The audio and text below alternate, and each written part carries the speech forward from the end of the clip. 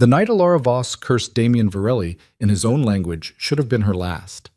In a world where men like him crushed disobedience without hesitation, where a single wrong word could mean a bullet in the dark, she'd done the unthinkable. She'd called the most feared crime lord in the city a monster to his face. The room went silent. His men reached for their weapons. But Damien didn't move. He just stared at her with those cold, calculating eyes and said 5 words that changed everything. Say it again. Look at me. If you want to see how a moment of defiance becomes a dangerous obsession, stay with me until the end. Hit that like button and drop a comment with your city so I can see how far this story travels. The palazzo smelled like old money and fresh violence. Alara had lived there for 3 months, but she still couldn't get used to it. The way the marble floors echoed with footsteps that always seemed to be following her, the way every shadow could hide a man with a gun, the way the ornate gilded mirrors reflected a version of herself she barely recognized anymore. She was a ghost in Damien Varelli's world. That's what she'd convinced herself she needed to be. Stay quiet. Stay invisible. Stay alive. It was a simple enough philosophy for someone living on borrowed time in a criminal empire. Her room was comfortable, too comfortable for a prisoner, though that's what she was, whether anyone said it aloud or not. Silk sheets, antique furniture, a view of the city that sprawled beneath the villa like a kingdom waiting to be conquered. But the door had no lock on the inside, and there were always men in the hallway. Protection, they called it. She called it a cage with better furniture. Alara sat at the small desk by the window, trying to lose herself in the book she'd been reading for the past week, some dense philosophical text she'd found in the library downstairs. The words blurred together. She couldn't concentrate. Not tonight. Downstairs she could hear voices. Damien was meeting with his captains, the men who ran different pieces of his operation throughout the city. She'd learned to recognize the rhythms of his business, the quiet meetings that ended with handshakes, and the loud ones that ended with someone being dragged out through the kitchen. Tonight's meeting was loud. She shouldn't have cared. It wasn't her world, wasn't her problem. She was just a piece of forgotten history kept alive by obligation, a debt her dead grandfather had earned before she was even born. Damien Varelli was honoring that debt by keeping her breathing in a world where her family name was a death sentence. The Voss bloodline had been erased, systematically, brutally. She was the last one left, and she owed her life to a man she'd never met, who'd once saved the life of Damien's father. Some debt, she thought bitterly. The shouting downstairs grew louder. She heard something crash, glass, maybe a bottle. Then Damien's voice cut through the chaos like a blade. "Get out, all of you. Now." She'd never heard him yell before. Damien Varelli didn't need to raise his voice to make men afraid. His reputation did that for him. But tonight, there was something raw in his tone. Anger, yes, but something else underneath it. Frustration, maybe even pain. Footsteps thundered through the hallway below. Doors slammed. Engines roared to life in the courtyard. Within minutes, the palazzo fell silent again. Alara waited, her heart beating faster than it should. She should have stayed in her room, should have pretended she heard nothing, knew nothing. But 3 months of being invisible had worn her down to nothing, and she was so tired of being nothing. She moved to her door, pressed her ear against it. Silence in the hallway. The guards had probably followed the captains out, at least for now. Before she could talk herself out of it, she slipped out of her room and moved quietly down the corridor. The palazzo was built like a fortress. High ceilings, thick walls, hallways that twisted and turned. She'd learned the layout in her first week, memorized every exit in case she ever needed to run. She made her way to the grand staircase and paused at the top, listening. Nothing. Then, the sound of liquid being poured. Glass against glass. She descended the stairs slowly, her bare feet soundless against the cold marble. The main floor opened into a massive receiving hall with a fireplace large enough to stand in. Beyond that, through an arched doorway, was Damien's private study. The door was half open. Light spilled out into the darkened hall. She shouldn't go closer, she knew that, but her feet carried her forward anyway, drawn by something she couldn't name. Curiosity, maybe, or the dangerous feeling that she was tired of being afraid. She stopped just outside the door and looked in. Damien Varelli stood with his back to her, one hand braced against the mahogany desk, the other holding a glass of whiskey. His jacket was gone, his white shirt partially unbuttoned, sleeves rolled up to his elbows. Even from behind, he radiated the kind of power that didn't need theatrics. The quiet, absolute certainty of a man who knew he could destroy anything in his path. He was younger than most crime lords, 32, she'd heard, but he'd inherited his father's empire at 23 and had spent the last decade turning it into something even more formidable. People whispered his name like a curse. Damien Varelli didn't negotiate. He didn't compromise. He took what he wanted and eliminated anyone who stood in his way. And for reasons she still didn't fully understand, he'd decided she was worth keeping alive. Are you going to stand in the hallway all night, or are you going to tell me what you want? Alara froze. He hadn't turned around, hadn't even moved, but somehow he'd known she was there. Her mouth went dry. I heard the shouting. I wanted to make sure everything is fine. His voice was flat, dismissive. He lifted the glass to his lips and drained it in one swallow. She should have left, should have apologized and disappeared back to her room. But something in his tone, the exhaustion beneath the steel, made her stay. It didn't sound fine. Now he turned. And for the first time in 3 months, Damien Varelli looked directly at her, really looked at her. His eyes were dark, not brown, but something deeper, like polished obsidian. They were the kind of eyes that saw everything, calculated everything, gave away nothing. His face was all sharp angles and controlled power, the kind of face that could have been handsome if it wasn't so cold. He studied her for a long moment, and Alara felt her pulse quicken under that gaze. "You should be in your room," he said finally. "I know." "Then why aren't you?" She didn't have a good answer. "I don't know." Something flickered across his expression. Surprise, maybe, at her honesty. He set the empty glass down on the desk and moved toward her with the fluid grace of a predator. Not fast, not threatening, but deliberate. He stopped a few feet away, close enough that she could smell the whiskey on his breath and the faint scent of expensive cologne. "Do you know what happened tonight?" he asked quietly. She shook her head. "One of my captains thought he could steal from me, thought I wouldn't notice, thought he was clever enough to skim off the top and hide it behind false numbers." His jaw tightened. He was wrong. Alara's stomach turned. She knew what happened to people who stole from Damien Varelli. "I didn't kill him," Damien continued, as if reading her thoughts. "I wanted to, but his family has been loyal for 3 generations, so instead, I stripped him of his territory and sent him home with a warning." He paused. "My men think I'm getting soft. Are you?" The question slipped out before she could stop it. Damien's eyes narrowed. For a heartbeat, she thought she'd crossed a line too far, but then his mouth curved into something that wasn't quite a smile. "Careful, Alara. You're already here on borrowed mercy. Don't test how far it extends." She should have apologized, should have bowed her head and retreated. But 3 months of silence had built up something dangerous inside her, a pressure that demanded release. "Mercy?" The word came out sharper than she intended. "Is that what you call this? Keeping me locked in a gilded cage because my grandfather once saved your father's life? You call that mercy?" The temperature in the room dropped 10 degrees. Damien took a step closer. "You have no idea what the alternative would have been." "Then tell me." "You don't want to know." "Yes, I do." Her voice rose, fueled by 3 months of frustration and fear and loneliness. "I'm so tired of not knowing anything. No one tells me why I'm really here. No one tells me what happened to my family. No one tells me if I'm a guest or a prisoner or some kind of pawn in a game I don't understand." "Alara, don't." She backed away from him, her hands shaking. "Don't say my name like you care. You don't. I'm just an obligation to you, a debt you're paying off because your father told you to." "Well, I never asked for this. I never asked to be the last Voss alive. I never asked to be saved by a man I've never met and protected by one who barely looks at me." The words poured out of her like poison, all the fear and anger she'd been swallowing for months. She knew she was being reckless, knew she was pushing him too far, but she couldn't stop. "You want to know what I think?" she continued, her voice breaking.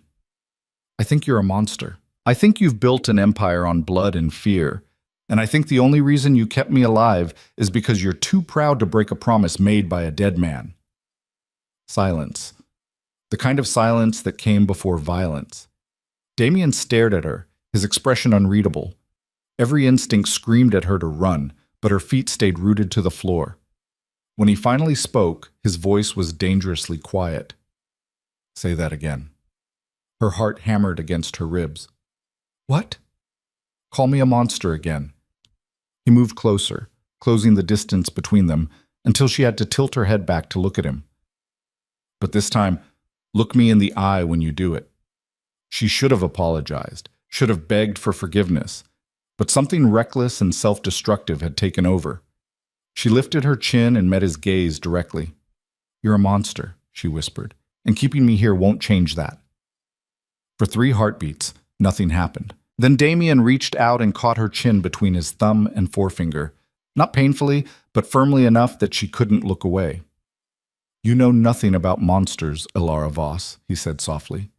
If you did, you'd know that the real ones don't keep you alive. They don't honor debts to dead men.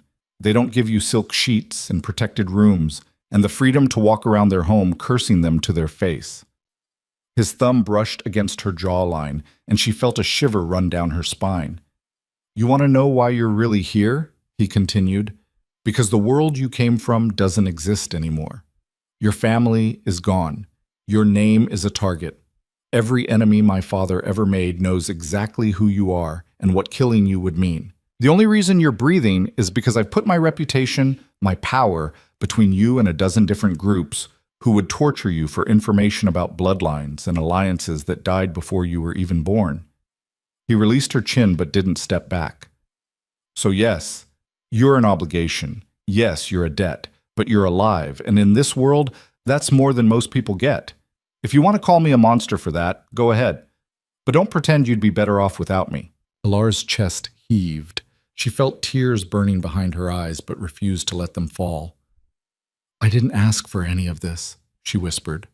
No, Damien agreed. You didn't, but it's what you have. And you can either accept it or keep fighting a battle you've already lost. He turned away from her and moved back to his desk, dismissing her as easily as if she were nothing. Go back to your room, Ilara. But she didn't move. Something had broken open inside her during that confrontation. Some wall she'd built to protect herself from the reality of her situation. And now that it was cracked, she couldn't just walk away. What happened to them? She asked quietly. My family. You said they're gone. How? Damien's hand stilled on the whiskey bottle. You don't want those details. Yes, I do. He turned back to face her, and for the first time she saw something other than cold calculation in his eyes. Something almost human. Weariness. Your grandfather made enemies, he said finally. Powerful ones. When he saved my father's life, he was still neutral, respected by all the families.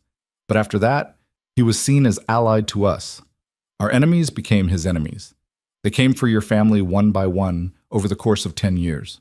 Your uncle, your aunt, your cousins. They made it look like accidents, business deals gone wrong, random violence. But it was systematic, planned. Ilara's hands clenched into fists. And my parents? Car accident 5 years ago. His voice was matter-of-fact, but not cruel. You were away at university. By the time you came home, everything was already in motion. My father had you moved to a safe house immediately. He knew they'd come for you next. Why didn't anyone tell me? Because you were 19 years old and terrified. Telling you the details wouldn't have helped. Keeping you alive was what mattered. She processed this slowly, feeling the weight of it settle over her like a shroud. Your father kept me safe for 3 years. Then he died, and you took over the obligation. Yes? Do you resent it? The question seemed to catch him off guard. He studied her for a long moment before answering. No, he said finally. I don't. Why not? Because my father was many things, but he honored his debts, and he taught me to do the same. He paused. Besides, you're not the burden you think you are. What does that mean? But Damien didn't answer. Instead, he poured himself another drink and downed it in one swallow. It's late, he said. We'll continue this conversation another time. It was a dismissal, clear and final. Ilara wanted to argue, wanted to demand more answers, but exhaustion was creeping in. The adrenaline that had fueled her confrontation was fading, leaving her drained. She turned to leave, but paused at the doorway. Damien? He looked up. Thank you, she said quietly, for telling me the truth. Something shifted in his expression, surprise, maybe, or recognition. Don't thank me yet. The truth is usually worse than the lie. She left him there, alone in his study with his whiskey and his demons. The next morning, everything changed. Alara woke to voices in the hallway. Not shouting, but urgent. She dressed quickly and emerged from her room to find two of Damien's men standing guard outside her door. "What's going on?" she asked. The taller one, Marco, she thought his name was, glanced at his partner before answering. "Mr. Varelli wants to see you, downstairs. Now." Her stomach dropped. "Why?" "He'll explain." They escorted her down to the study where she'd confronted Damien the night before. This time the room was full of people. 5 men in expensive suits, all of them radiating the kind of controlled violence that marked Damien's inner circle. Damien himself stood at the head of the table, looking like he hadn't slept. When Alara entered, every eye in the room turned to her. "Sit," Damien said, gesturing to an empty chair. She sat, acutely aware of being the only woman in a room full of predators. "Gentlemen," Damien continued, addressing the table, "this is Alara Voss. As of today, she'll be working with us." Alara's head snapped up. "What?" One of the men, older, with silver hair and cold eyes, leaned forward. "With all due respect, Damien, is that wise? She's been kept isolated for a reason."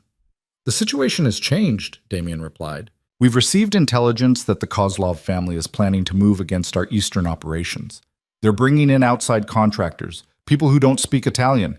We need someone who can translate, someone who understands multiple languages and can be trusted to keep her mouth shut." He looked directly at Alara. "Your grandfather taught you 6 languages. Your university records show fluency in Italian, Russian, French, Spanish, Mandarin, and English. Is that accurate?" She nodded slowly, still processing what was happening. "Yes, but no buts. You wanted to be more than a ghost in this house. Congratulations. Now you're useful." The silver-haired man shook his head. "This is a mistake. She's untrained, unprepared. What happens when—" "What happens," Damien interrupted, his voice dropping to a dangerous register, "is my concern. Not yours, Antonio. She stays with me at all times. No one touches her. No one questions her presence. If anyone has a problem with that, they can take it up with me directly." The threat was implicit but unmistakable. Antonio backed down with a slight nod. Damien turned back to Alara. "You'll start today. Marco will bring you to the meetings. Listen. Translate when I tell you to. Say nothing else. Understood?" Alara's mind was racing. This was insane.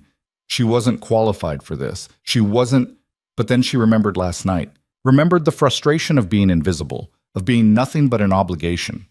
This was her chance to be something more, even if that something more was dangerous. "Understood," she said. A flicker of approval crossed Damien's face. "Good.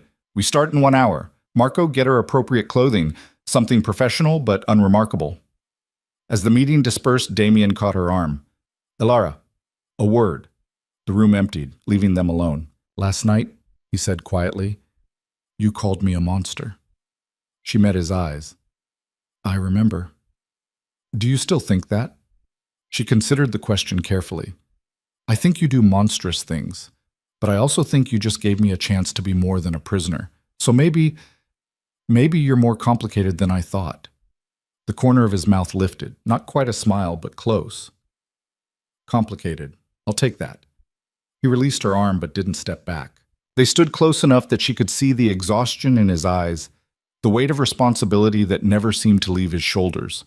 "This isn't going to be easy," he said. "The people we deal with are dangerous. Some of them will see you as a weakness they can exploit. Others will see you as a target. You need to understand what you're walking into." "I understand." "Do you?" He searched her face.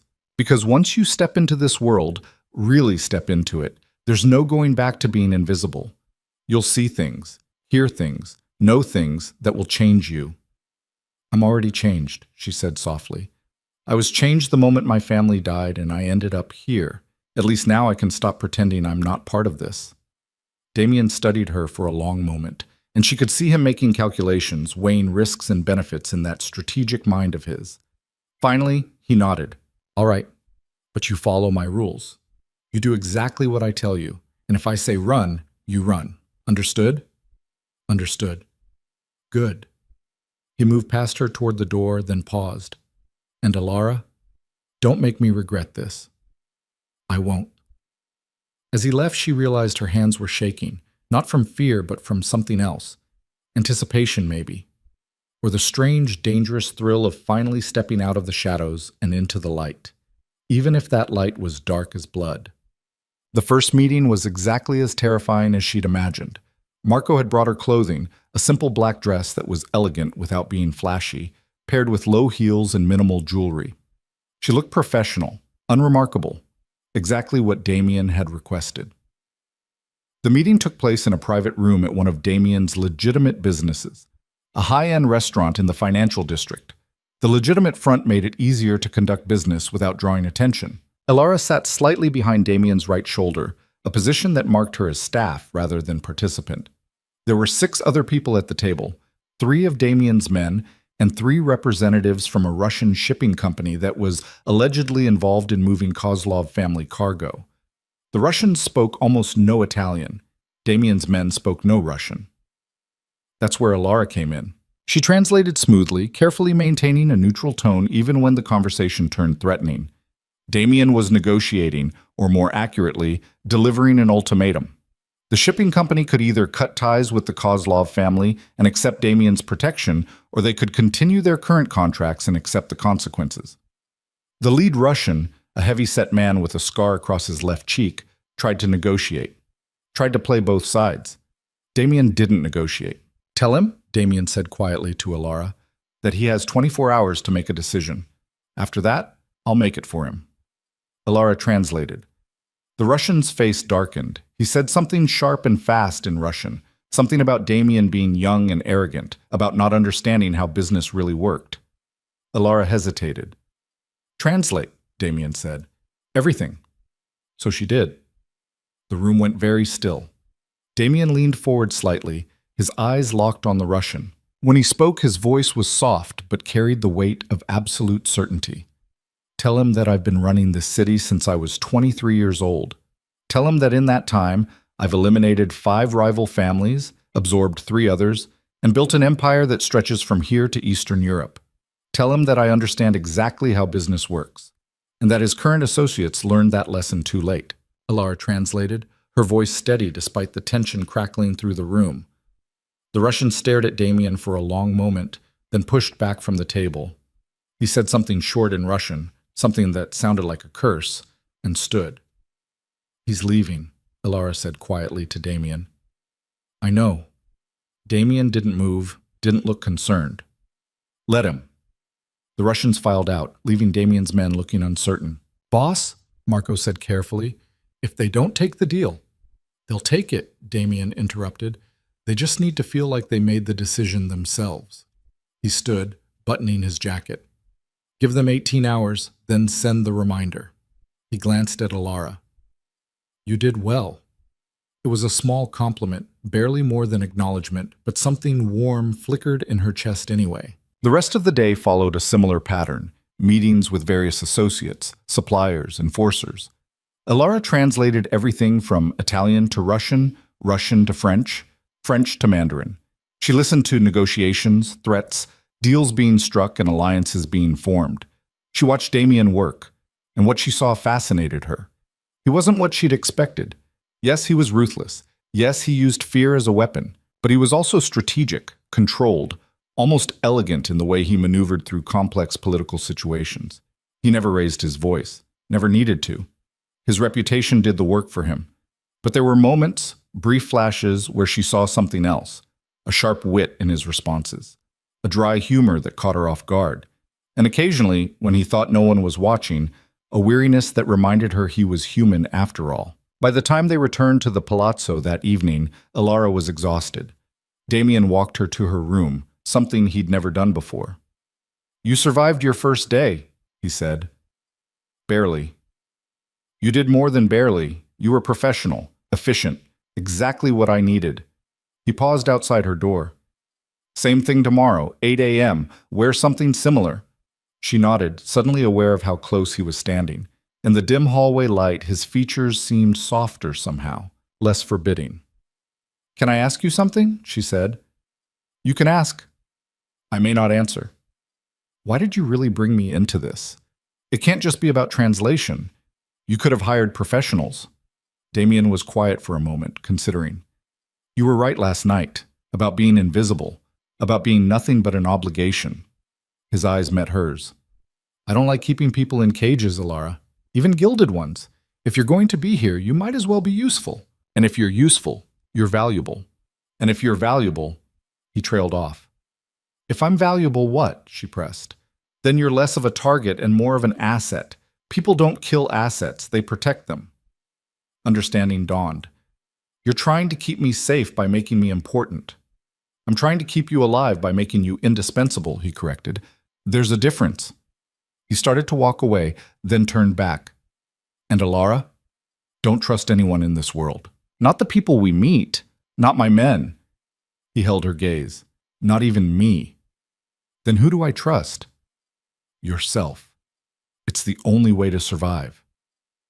He left her there, standing in the doorway of her room, her mind spinning with everything that had happened. She closed the door and leaned against it, her heart pounding. Everything had changed in the span of 24 hours. Yesterday, she was invisible. Today, she was indispensable. And tomorrow? Tomorrow, she would step deeper into Damien Varelli's world, knowing that every step took her further from any hope of escape and closer to something far more dangerous than captivity. The question was whether she was brave enough to see where that path led, or foolish enough to think she had any choice. 3 weeks changed everything. Alara stopped counting the meetings, stopped cataloging the languages she switched between like breathing. Russian became as natural as Italian in her mouth. French flowed into Mandarin without conscious thought. She translated threats and promises with equal precision, her voice steady even when the words made her stomach turn. She learned to read the room before anyone spoke, to catch the subtle shifts in posture that meant violence was coming, to recognize when Damien's silence was strategy and when it was warning. She learned which of his men could be trusted to follow orders without question, and which ones watched her with calculating eyes that made her skin crawl. And she learned that Damien Varelli was far more complicated than the monster she'd once called him. He was brutal when he needed to be. She'd watched him destroy a man's entire operation with 3 phone calls and a signature, but he was also surprisingly fair. She'd seen him settle disputes between his own men with logic rather than violence, heard him talk a hot-headed lieutenant down from starting a war that would have cost dozens of lives. He protected his people fiercely. And somewhere along the way, without her quite noticing when it happened, she'd become one of his people. The shift was subtle at first. Small things. The way he positioned himself between her and potential threats in every meeting. The way his eyes would find her across a crowded room, a silent check-in to make sure she was all right. The way he'd started asking her opinion after meetings, listening carefully to her observations about the people they'd just dealt with. "You notice things," he'd said one night as they drove back to the palazzo after a particularly tense negotiation. "Things I miss because I'm focused on the bigger picture. That Russian we met with, Petrov. What did you think of him?" Alara had been surprised by the question. He was nervous. His hands kept moving to his phone like he was expecting a call, and when you mentioned the Kozlov family, his eye twitched. "I noticed the twitch," Damien said. "Didn't catch the phone." "He's reporting to someone, probably immediately after every meeting." "That's what I thought." He glanced at her. "I'm having him followed. If he leads us to Kozlov's people, we'll know exactly who we're dealing with." It was the first time he'd shared strategy with her, the first time he'd treated her like an asset rather than just a translator. It wouldn't be the last. By the end of the 3rd week, Alara had become indispensable, just as Damien had intended. But something else was happening too, something neither of them had planned for. The tension between them was changing. It started with proximity. Damien kept her close during meetings, close enough that she could smell his cologne and feel the heat radiating from his body. Close enough that when he leaned over to whisper instructions, his breath stirred her hair and sent shivers down her spine. It continued with stolen glances. She'd catch him watching her when he thought she wasn't looking, his dark eyes intense and unreadable. And she knew he caught her looking too, saw the slight curve of his mouth when her gaze lingered too long on the strong line of his jaw or the way his hands moved when he spoke. The hatred she'd felt for him was still there, buried under layers of complicated feelings she didn't want to examine too closely. But it was transforming into something else. Something dangerous. Respect, maybe. Or recognition. The understanding that they were both survivors in a world that had tried to destroy them. The breaking point came on a Tuesday night in early autumn. They'd spent the day dealing with a territorial dispute between two of Damien's lieutenants. The meeting had gone long, voices raised, threats barely contained. Damien had finally ended it by splitting the contested territory down the middle and threatening to give it all to someone else if either man complained. By the time they returned to the palazzo, it was past midnight. The house was quiet. Most of the staff and guards already retired for the night. Alara headed for the stairs, exhausted, but Damien's voice stopped her. "Wait." She turned. He stood in the doorway of his study, jacket already discarded, tie loosened.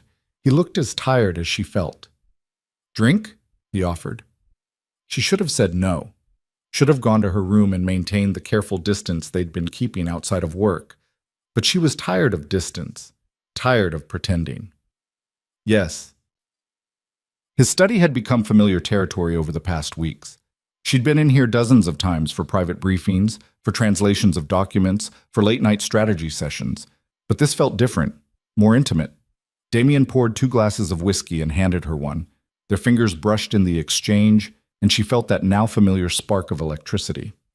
"You handled yourself well today," he said, settling into one of the leather chairs by the fireplace. "Salvatore and Marco are both hotheads. Could have escalated badly." "You didn't give them the chance." Alara sat in the chair opposite him, the whiskey warm in her hands. That was smart, ending it before they could argue. "I learned a long time ago that men like that need to feel like they're being heard, even when the decision is already made." He took a sip of his drink.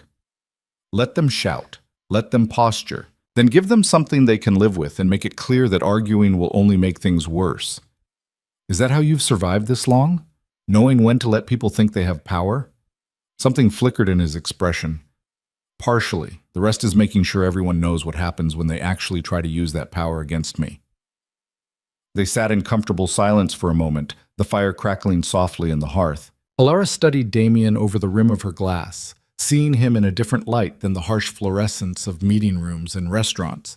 Here, in the warm glow of firelight, he looked less like a crime lord and more like a man carrying weight that would have crushed someone weaker. "Can I ask you something?" she said. "You've been asking me things for 3 weeks. Why stop now? Do you ever regret it? This life?" Damien was quiet for a long time. When he finally spoke, his voice was measured, careful. "I didn't choose this life. I inherited it.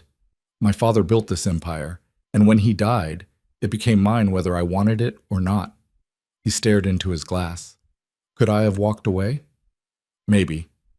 But walking away would have meant watching everything he built collapse. Watching his people, my people, get absorbed or destroyed by rivals. I couldn't do that." "So you stayed out of obligation." "I stayed because someone had to, and because I realized I was good at it." He looked up at her. "Does that make me a monster?" "You asked me that before. And you said I was complicated. I'm asking again." Alara considered carefully. The whiskey was making her bolder than she should be, loosening her tongue. "I think you do terrible things," she said slowly.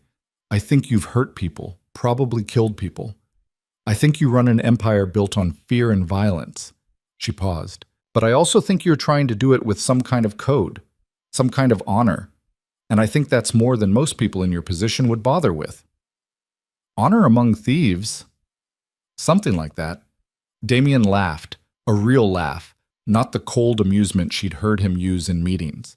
The sound transformed his face, made him look younger, almost approachable. "My father used to say the same thing. That honor was the only thing separating us from animals." He finished his drink and set the glass aside. "Most days, I'm not sure the distinction matters." "It matters," Alara said. "Trust me, I've seen the alternative. Some of the people we've dealt with these past weeks, they'd sell out their own mothers for profit. You're not like them." "Careful, Alara. You almost sound like you approve of me." I didn't say that. No? Then what are you saying? She met his eyes across the space between them. I'm saying that I understand you better than I did. And I'm saying that maybe I was wrong to judge you based on what I thought you were rather than what you actually are. The air between them shifted, charged with something neither of them was quite ready to name. Damien stood and moved to the window, his back to her. You should be careful about understanding me too well. People who get close tend to get hurt. Is that a threat? It's a warning. He turned to face her. This world, my world, it doesn't allow for softness, for connection. The moment someone matters to you is the moment they become a liability, a target. Alara stood, setting her glass down with deliberate care. Then why did you bring me into it? If closeness is so dangerous, why not keep me locked away like before? Because keeping you locked away was killing you. I could see it, the way you were fading, becoming a ghost. His jaw tightened. I've seen what that does to people.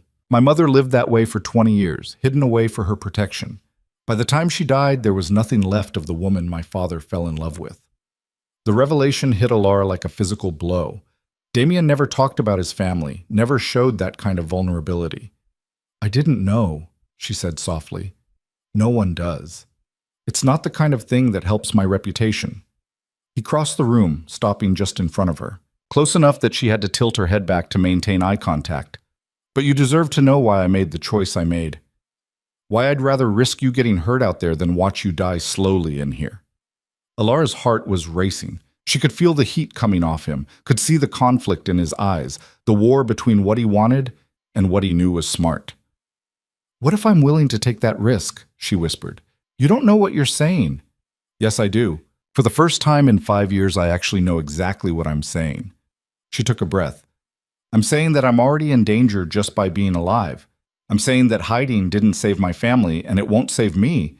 And I'm saying that if I have to live in this world, I'd rather live in it standing next to you than locked away somewhere pretending I'm safe. Damien's hand came up, his fingers brushing against her cheek so gently it almost hurt. You have no idea what you do to me.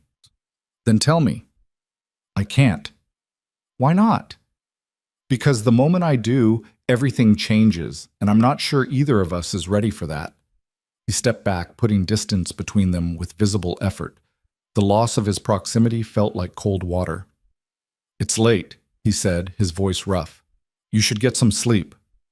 It was a dismissal, but gentler than before. An acknowledgement of what had almost happened. Alara nodded, not trusting her voice. She moved toward the door, but paused with her hand on the frame. Damien? Yes? Thank you for telling me about your mother. He didn't respond, but she saw his shoulders tense, saw the way his hands gripped the back of the chair. She left him there and made her way upstairs, her mind spinning with everything unsaid. The next morning, everything was different. Alara came downstairs to find the palazzo in controlled chaos. Men were moving with purpose through the hallways, phones pressed to ears, voices low and urgent. Marco intercepted her before she reached the dining room. Mr. Varelli wants you in his office. Now. The tone set off alarm bells. What's happened? He'll explain. Damien's office was full of people, his top lieutenants, his head of security, and several men Alara didn't recognize. They all went silent when she entered. Damien stood at his desk, studying what looked like surveillance photos spread across the surface. He looked up when she entered, and she saw something in his expression that made her stomach drop. Concern and anger. Close the door, he said. She did. Gentlemen, give us the room. The men filed out without question, though several cast curious glances at Alara as they passed. When they were alone, Damien gestured to the photos on his desk. Come here. Alara moved closer and looked down. The photos showed her, coming out of the palazzo, getting into cars, walking into restaurants. Different days, different locations, all from the past 3 weeks. Someone's been following me, she said quietly. Yes, we discovered it 2 days ago. My security team has been tracking the surveillance team since then. He picked up one of the photos. They're professionals, expensive, which means whoever hired them has resources. Kozlov? That's my assumption. They're trying to figure out who you are and why you matter to me. He set the photo down. Which means my plan worked. You're valuable enough to be worth watching. That's good, right? That's what you wanted? Yes and no. Damien's expression darkened. Being valuable makes you an asset, but it also makes you a target, and these photos tell me they're getting ready to make a move. Ilara's mouth went dry. What kind of move? Nothing good. Kozlov doesn't do surveillance for information gathering. He does it to plan operations. Damien began gathering the photos. Which is why you're leaving the city, tonight. What? No! This isn't a discussion, Ilara. Like hell it isn't. She grabbed his wrist, forcing him to look at her. You brought me into this world specifically so I wouldn't be helpless. Now you want to send me away the moment things get dangerous? I want to keep you alive. By hiding me again? By making me invisible? She released his wrist but didn't back down. No, that's not acceptable. Damien's jaw tightened. You don't get to decide what's acceptable. I'm responsible for your safety. Then make me safe here. Increase security. Change my routine, but don't send me away. Ilara Boo, no. Her voice cracked with frustration.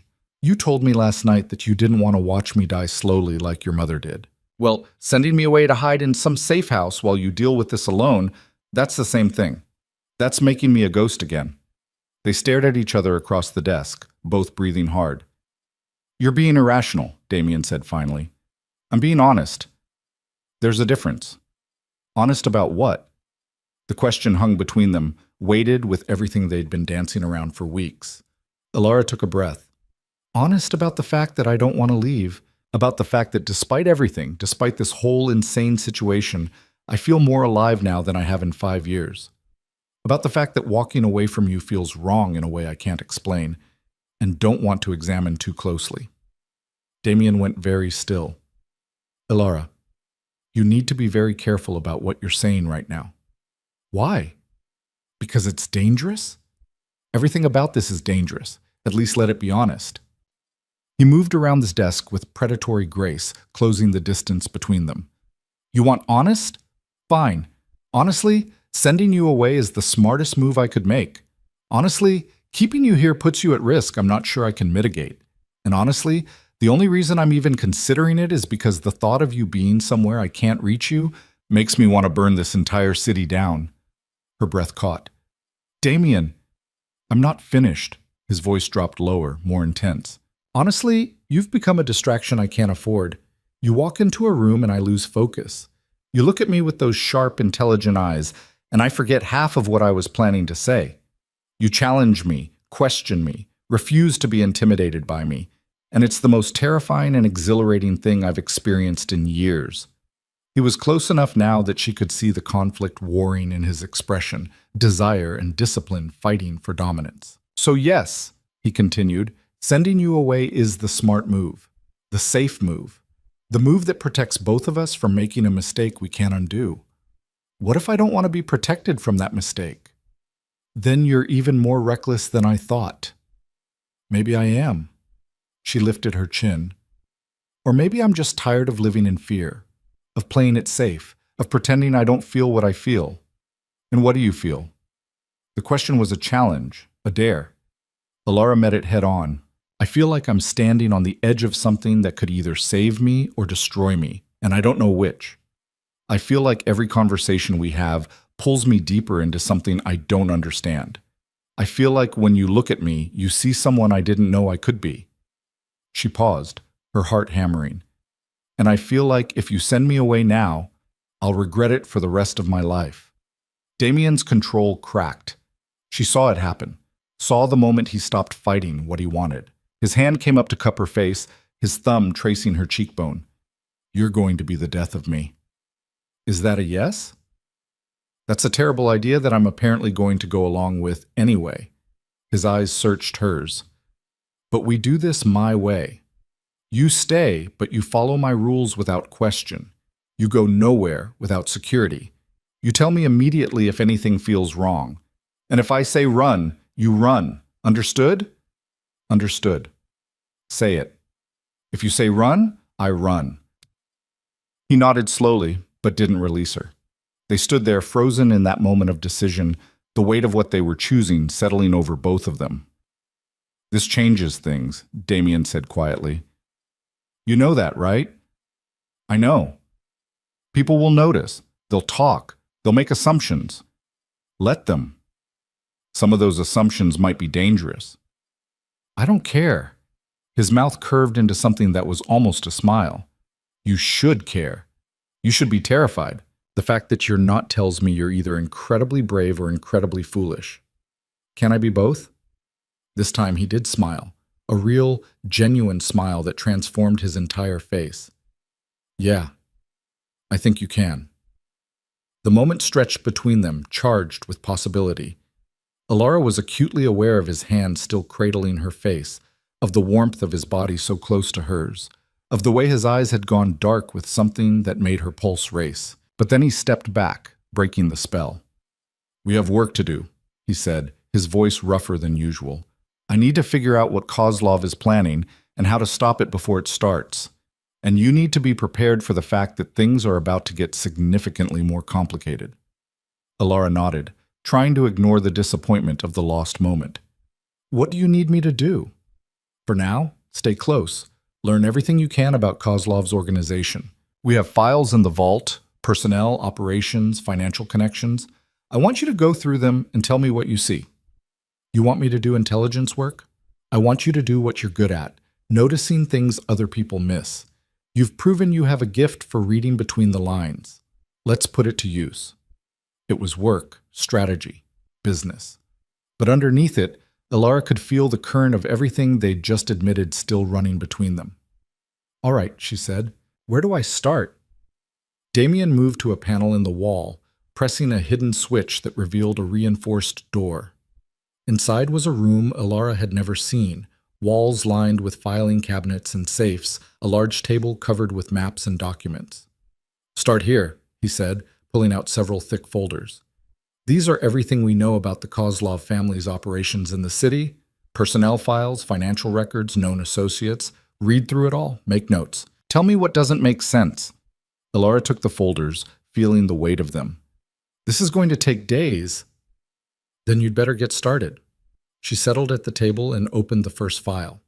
Damien stood nearby, making phone calls in rapid Italian, coordinating security measures and intelligence gathering.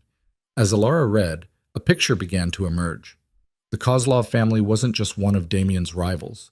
They were actively trying to destroy him. Piece by piece, they were targeting his operations, turning his allies, cutting off his resources. And they were getting closer. Damien, she said after an hour of reading, you need to see this.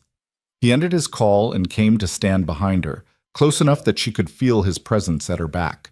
She pointed to a series of transactions in the financial records. These payments, they're going to someone inside your organization. The amounts are small enough not to trigger attention, but they've been happening for months. Someone's been feeding information to Kozlov. Damien went very still. Who? The accounts are buried, but I can trace them. Give me access to your financial system and I can narrow it down. He pulled out his phone and made a call. Antonio, I need you to give Alara full access to our financial database. Yes, full access. No, I don't care what the protocol is. Just do it. He ended the call and looked at her. You just became more valuable and more dangerous to whoever is betraying me. Good, Alara said.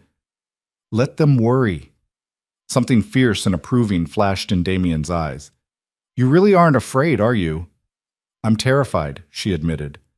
But I'm also angry. Someone is trying to hurt you, and by extension hurt me. I want to help stop them. Then let's stop them. They worked side by side for the rest of the day and well into the night. Alara traced financial records while Damien coordinated with his security team. Slowly, a picture emerged. The traitor was someone close. Someone with access to sensitive information. Someone who'd been with the organization for years. By the time the clock struck midnight, Alara had narrowed it down to 3 possibilities. It's one of these men, she said, sliding the list across the table to Damien. He studied the names, his expression growing darker with each one. Roberto, Frank, or Sal. I've known all 3 of them for over a decade. I'm sorry. Don't be. You did good work. He looked up at her, and she saw exhaustion in his eyes. Get some sleep. Tomorrow, we start figuring out which one it is. What about you? I have calls to make, plans to finalize. Alara stood but didn't leave immediately. Damien? Yeah? Thank you. For letting me help. For treating me like a partner instead of just an asset. His expression softened. You were never just an asset, Alara. Even when I tried to convince myself you were. The admission hung in the air between them, weighted with meaning. Alara wanted to cross the room, wanted to close the distance and finish what they'd started earlier, but she could see the exhaustion in his eyes, the weight of responsibility pressing down on him. So instead, she just nodded and left him to his work. As she climbed the stairs to her room, she realized that somewhere in the past 3 weeks, everything had shifted. She was no longer a prisoner, no longer just an obligation. She was part of Damien's world, part of his inner circle, part of whatever complicated, dangerous thing was building between them. And tomorrow, they would face whatever came next together. The thought should have terrified her. Instead, it felt like coming home. The traitor was Sal. They confirmed it 3 days later when one of Damien's surveillance teams caught him on camera meeting with a known Kozlov associate in a parking garage on the east side. The footage was damning. An envelope exchanged, a brief conversation, a handshake that sealed both their fates. Alara watched the video in Damien's office, her stomach churning. Sal had been with the organization since Damien's father was alive. He'd been at family dinners, birthday celebrations, funerals. He'd sworn loyalty dozens of times, and he'd been selling them out for 18 months.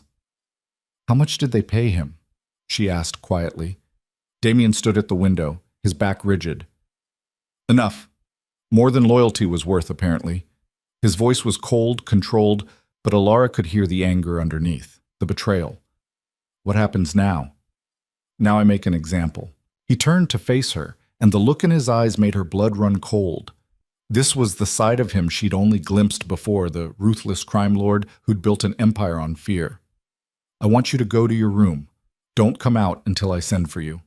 Damien? This isn't negotiable, Alara. What I'm about to do, you don't need to see it. You don't need that in your head. She understood what he was really saying. He was about to do something brutal, something that would haunt her if she witnessed it. Part of her wanted to argue, to insist on staying by his side. But the larger part recognized this for what it was, protection, not from physical danger, but from the darkness that came with his world. All right, she said, but Damien, be careful. Something softened in his expression. Always am. She left him there and returned to her room as instructed, but sleep was impossible. She paced, tried to read, stared out the window at the city lights below. Hours passed. The palazzo remained eerily quiet. It was past 2 in the morning when she finally heard movement downstairs. Voices, the front door opening and closing. More silence. Then footsteps in the hallway, coming toward her room. Alara stood, her heart racing. The knock came soft, almost hesitant. It's me, Damien's voice came through the door. She opened it immediately. He stood in the hallway, still dressed in the dark suit he'd been wearing earlier. But there was something different about him. His tie was gone, his shirt unbuttoned at the collar. His hands were clean, but she could see tension in every line of his body. It's done, he said simply. Alara stepped back, letting him enter. He moved past her into the room, and for a moment just stood there, staring at nothing. Do you want to talk about it? She asked. No. He turned to look at her. I want to forget it, just for a few hours. Can we do that? There was something raw in his voice, something vulnerable that she'd never heard before. This wasn't the crime lord or the strategic mastermind. This was just a man who'd done something terrible because he had to, and was looking for absolution he didn't deserve but desperately needed. Yes, Alara said. We can do that. She moved to the small sitting area by the window and sat down. After a moment, Damien followed, settling into the chair across from her. They sat in silence for a long time. Not the charged silence that usually existed between them, but something quieter, more peaceful. Tell me something, Damien said finally. Something that has nothing to do with any of this. Tell me about before.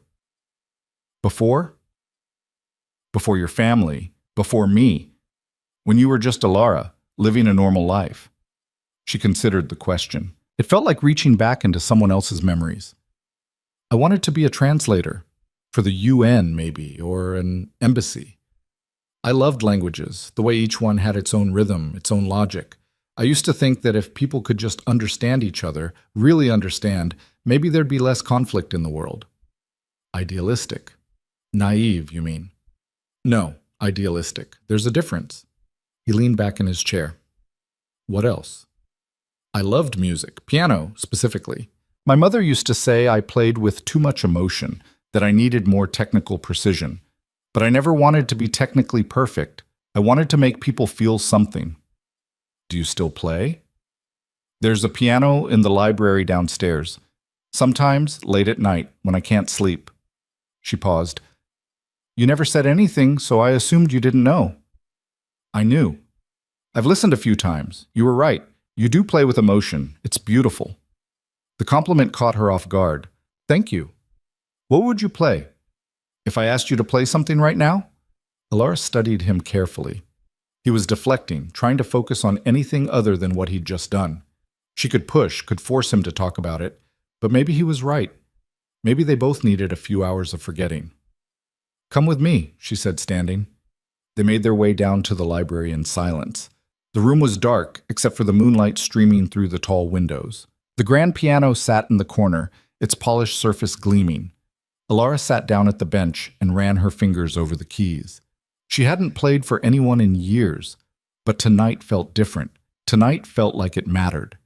She chose Chopin, Nocturne in E-flat major, melancholic and beautiful, full of longing and quiet desperation. Her fingers moved across the keys and the music filled the silence between them. Damien stood nearby, watching her. She could feel his gaze, but didn't look up. She just played, pouring everything she couldn't say into the music, all the fear and confusion and complicated feelings she'd been carrying for weeks. When the last note faded, neither of them moved. That was... Damien's voice was rough. I don't have words for what that was. Alara finally looked up at him. He'd moved closer during her playing, was now standing just behind the bench, close enough that she could see the conflict in his eyes, the war between what he wanted and what he knew he should do. Damien, she said softly, I should go. Should let you sleep. I don't want to sleep. Alara, I don't want to sleep, she repeated, standing to face him. And I don't think you do either. I think you came here because you didn't want to be alone. Because for once, you wanted to be somewhere that felt safe instead of strategic. His jaw tightened. Nothing about you is safe. No, but maybe that's exactly what you need right now. They stood there in the moonlight, the air between them electric with tension. Alara could see him fighting it, fighting the pull between them. She could see the moment he started to lose. This is a mistake, he said. Probably. It will complicate everything. I know. You should walk away. Right now. Go back to your room and pretend this moment never happened. I could, Alara agreed, but I won't. His control shattered. Damien closed the distance between them in one fluid movement, his hand coming up to cradle the back of her neck as he pulled her to him. The kiss was fierce, desperate, full of weeks of denied wanting. Alara's hands fisted in his shirt, pulling him closer, and she heard him make a sound low in his throat that sent heat flooding through her. This was nothing like the careful distance they'd been maintaining. This was fire and need and the terrifying exhilaration of finally giving in to something they'd both been fighting. When they finally broke apart, both breathing hard, Damien rested his forehead against hers. We can't undo this, he said. I don't want to undo it. Everything changes now. You understand that? I understand. He pulled back enough to look at her, his dark eyes searching hers. I can't promise you safety.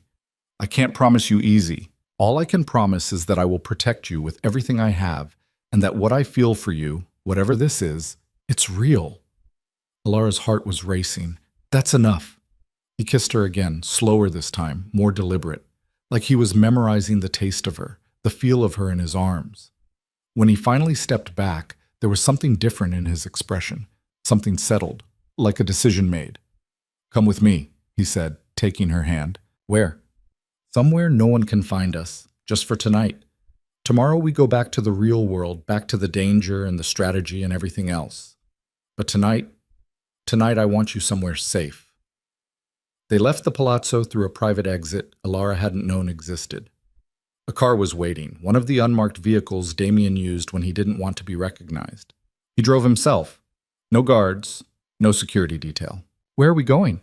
Elara asked as they wound through the empty city streets. "A place my father built years ago. A safe house that only 3 people know about. My head of security, my lawyer, and me. Now you." They drove for almost an hour, leaving the city behind and heading into the hills. Finally, they turned onto a narrow road that led to a small stone house hidden among the trees. It was modest compared to the palazzo, but beautiful in its simplicity. Inside, the house was furnished simply but comfortably. A main room with a fireplace, a small kitchen, a single bedroom. Everything they might need to disappear for a while. Damien moved to the fireplace and started building a fire while Elara explored. There were supplies in the kitchen, canned goods, bottled water, basic necessities, enough to survive for weeks if necessary.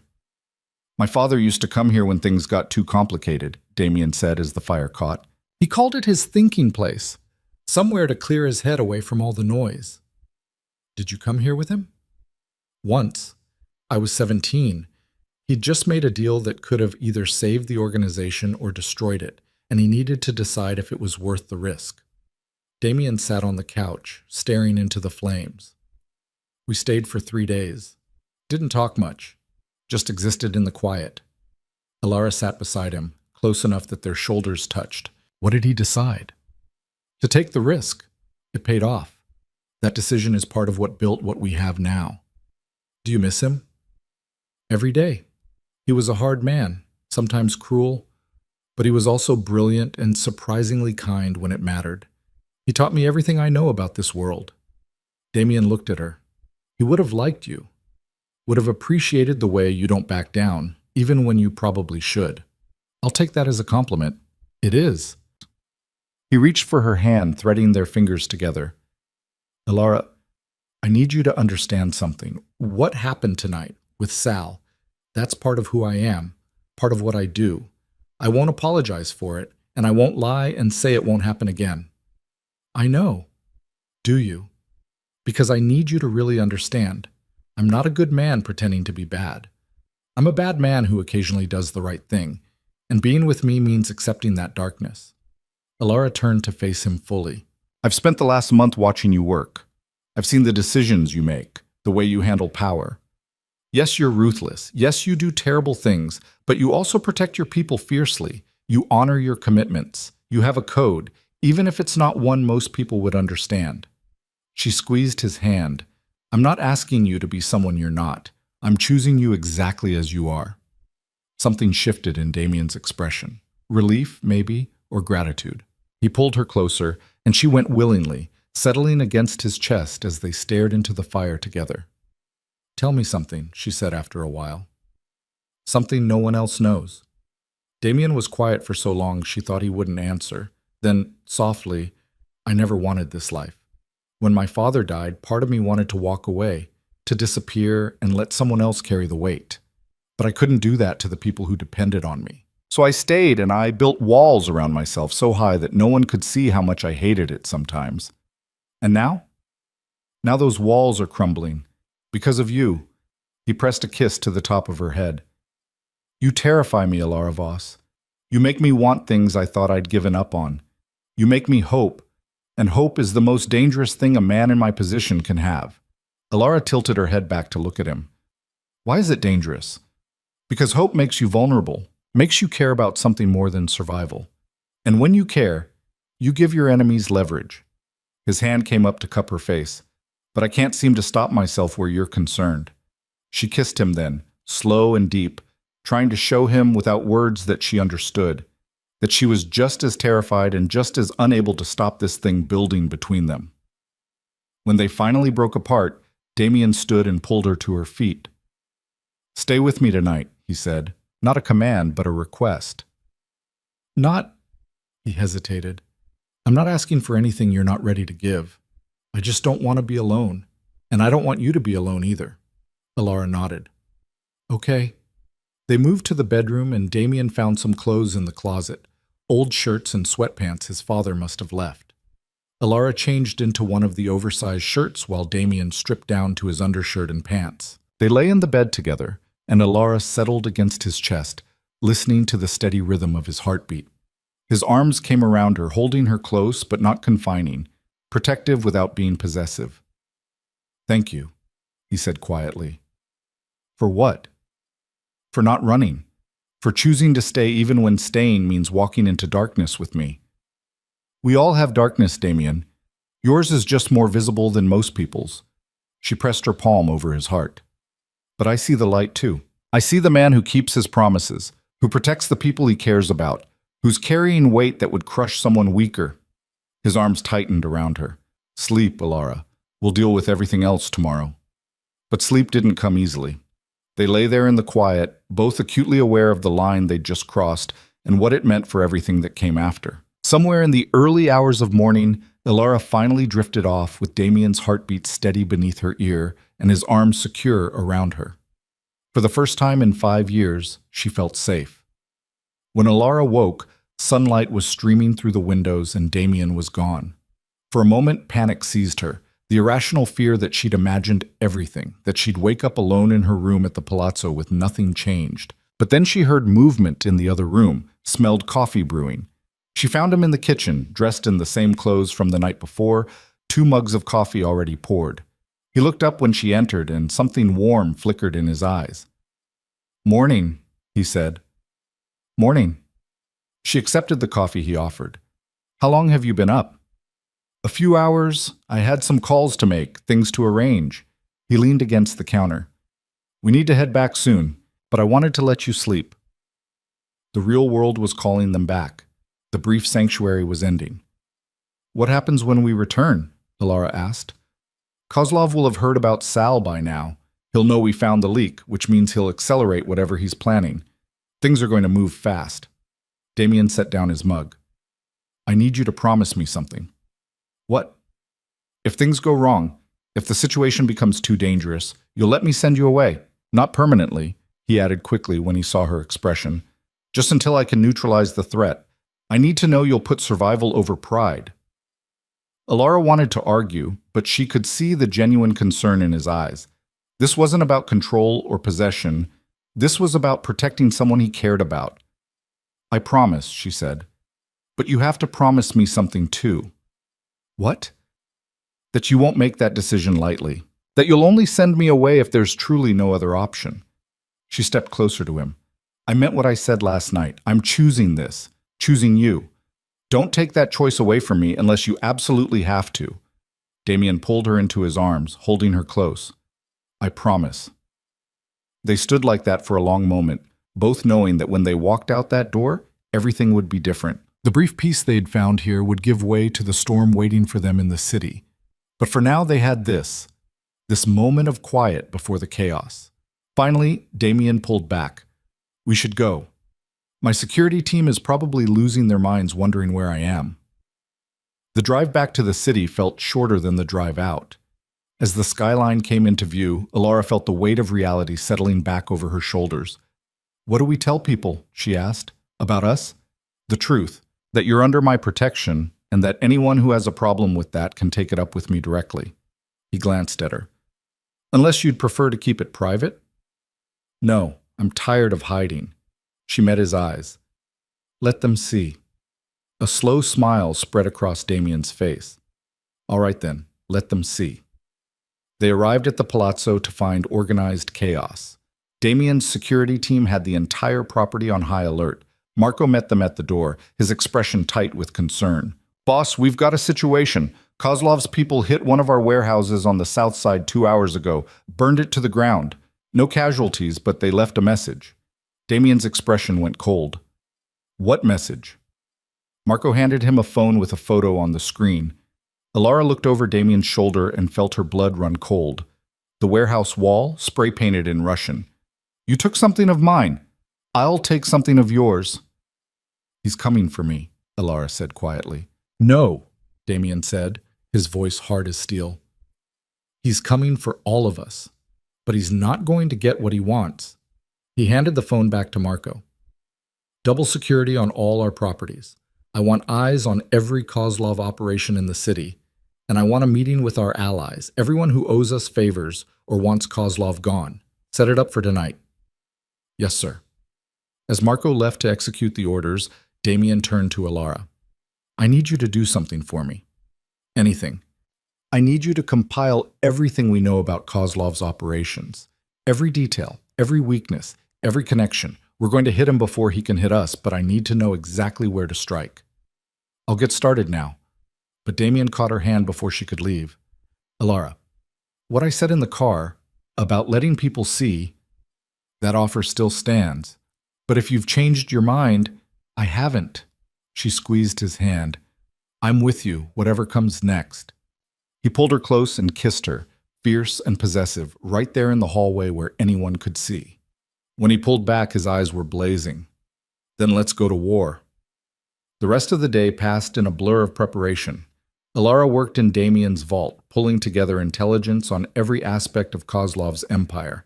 She cross-referenced financial records with personnel files, mapped out supply chains and distribution networks, identified vulnerabilities. By the time evening came, she had a comprehensive picture of their enemy's operation. More importantly, she'd found 3 critical weak points, places where a coordinated strike could cripple Kozlov's entire infrastructure. She brought her findings to Damien's office, where he was meeting with his top lieutenants. The conversation stopped when she entered, and she felt every eye in the room turn to her. But she kept her head high and walked directly to Damien's desk. I found something, she said, spreading out the documents she'd prepared. 3 targets. If we hit all 3 simultaneously, we can cut off Kozlov's revenue, disrupt his distribution network, and expose his political connections. One of the lieutenants, a man named Carlo, scoffed. With all due respect, what does she know about coordinating strikes? Damien's voice cut through the room like a blade. She knows more about Kozlov's operation than anyone else in this room. She spent the last 8 hours analyzing intelligence that the rest of you have been sitting on for months. So when she says she found something, you listen.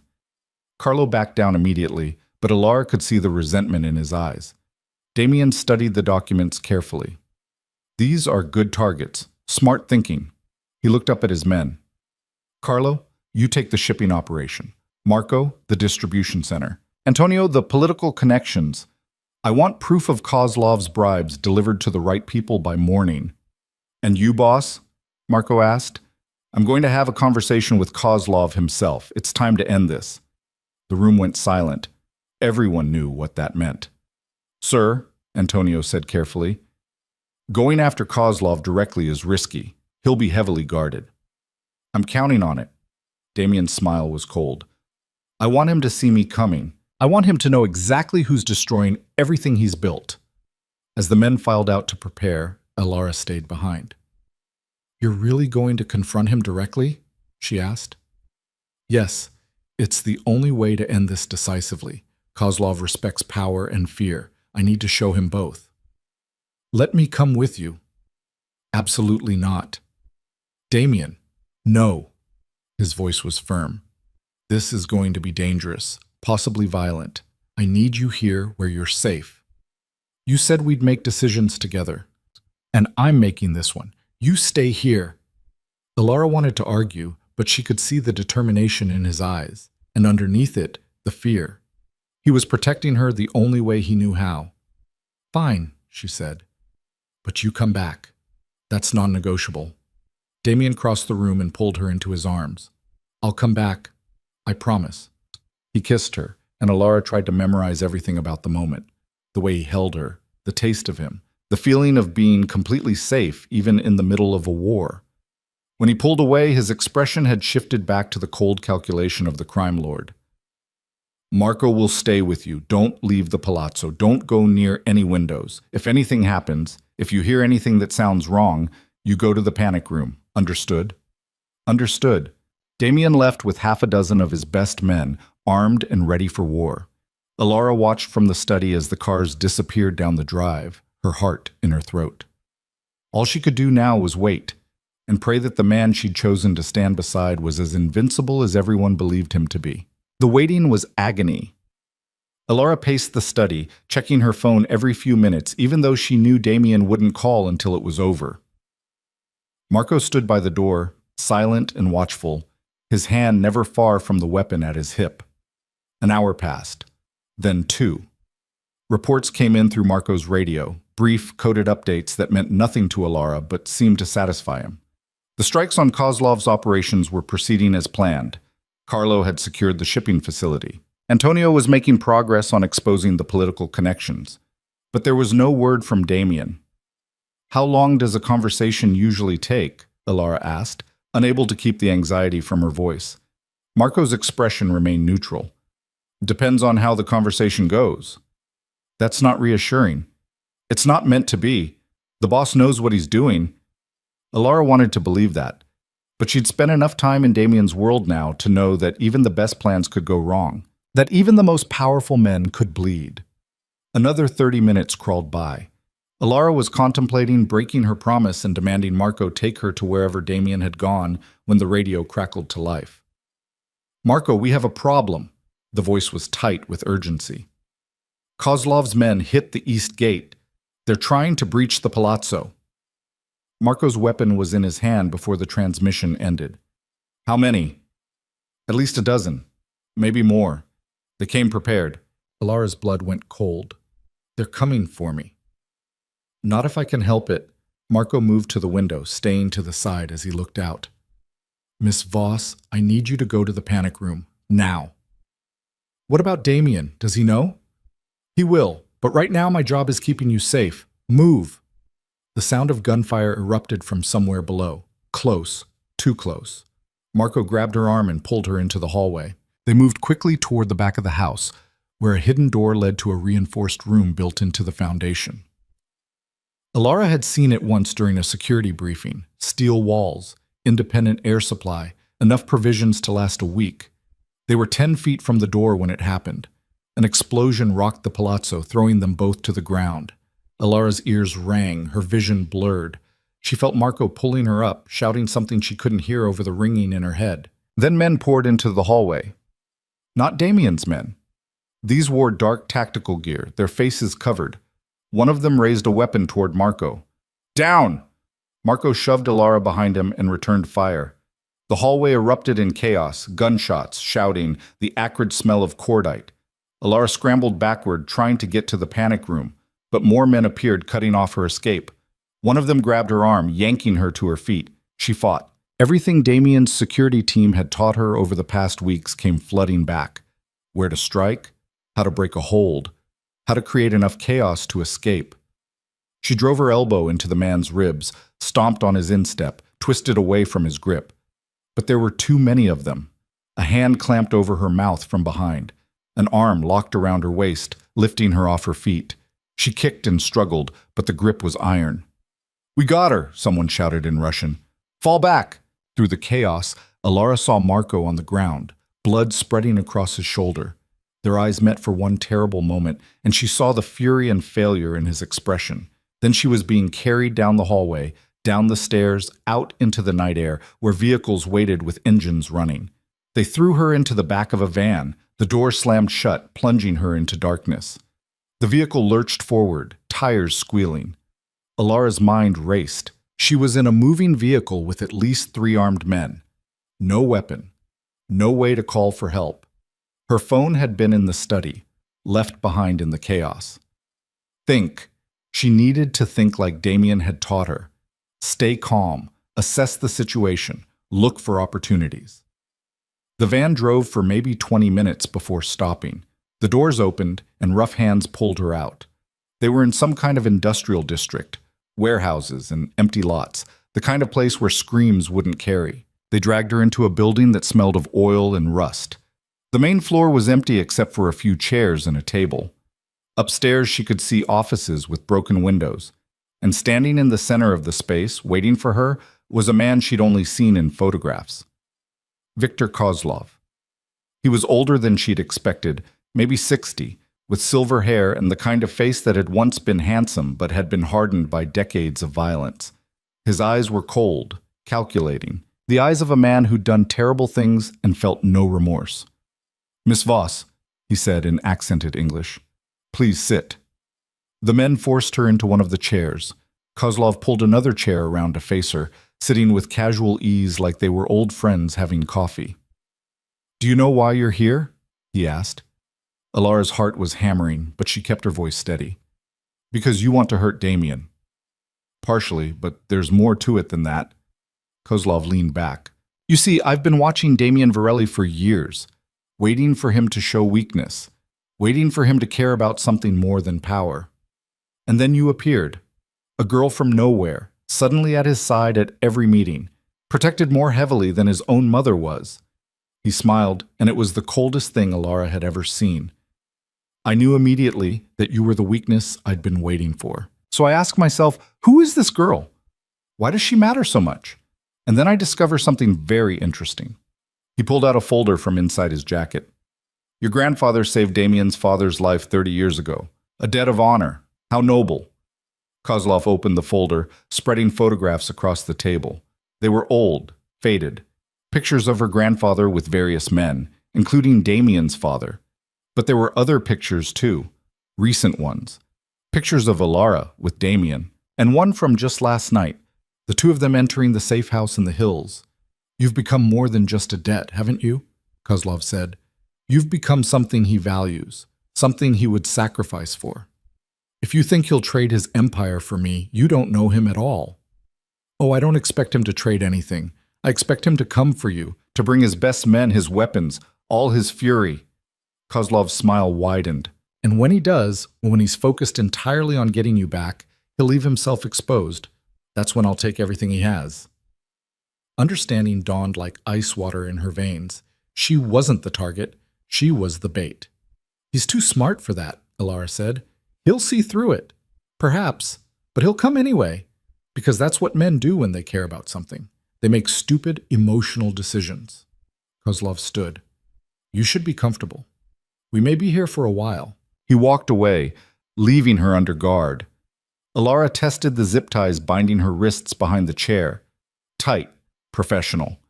Not something she could slip out of easily. She looked around the warehouse, cataloging details.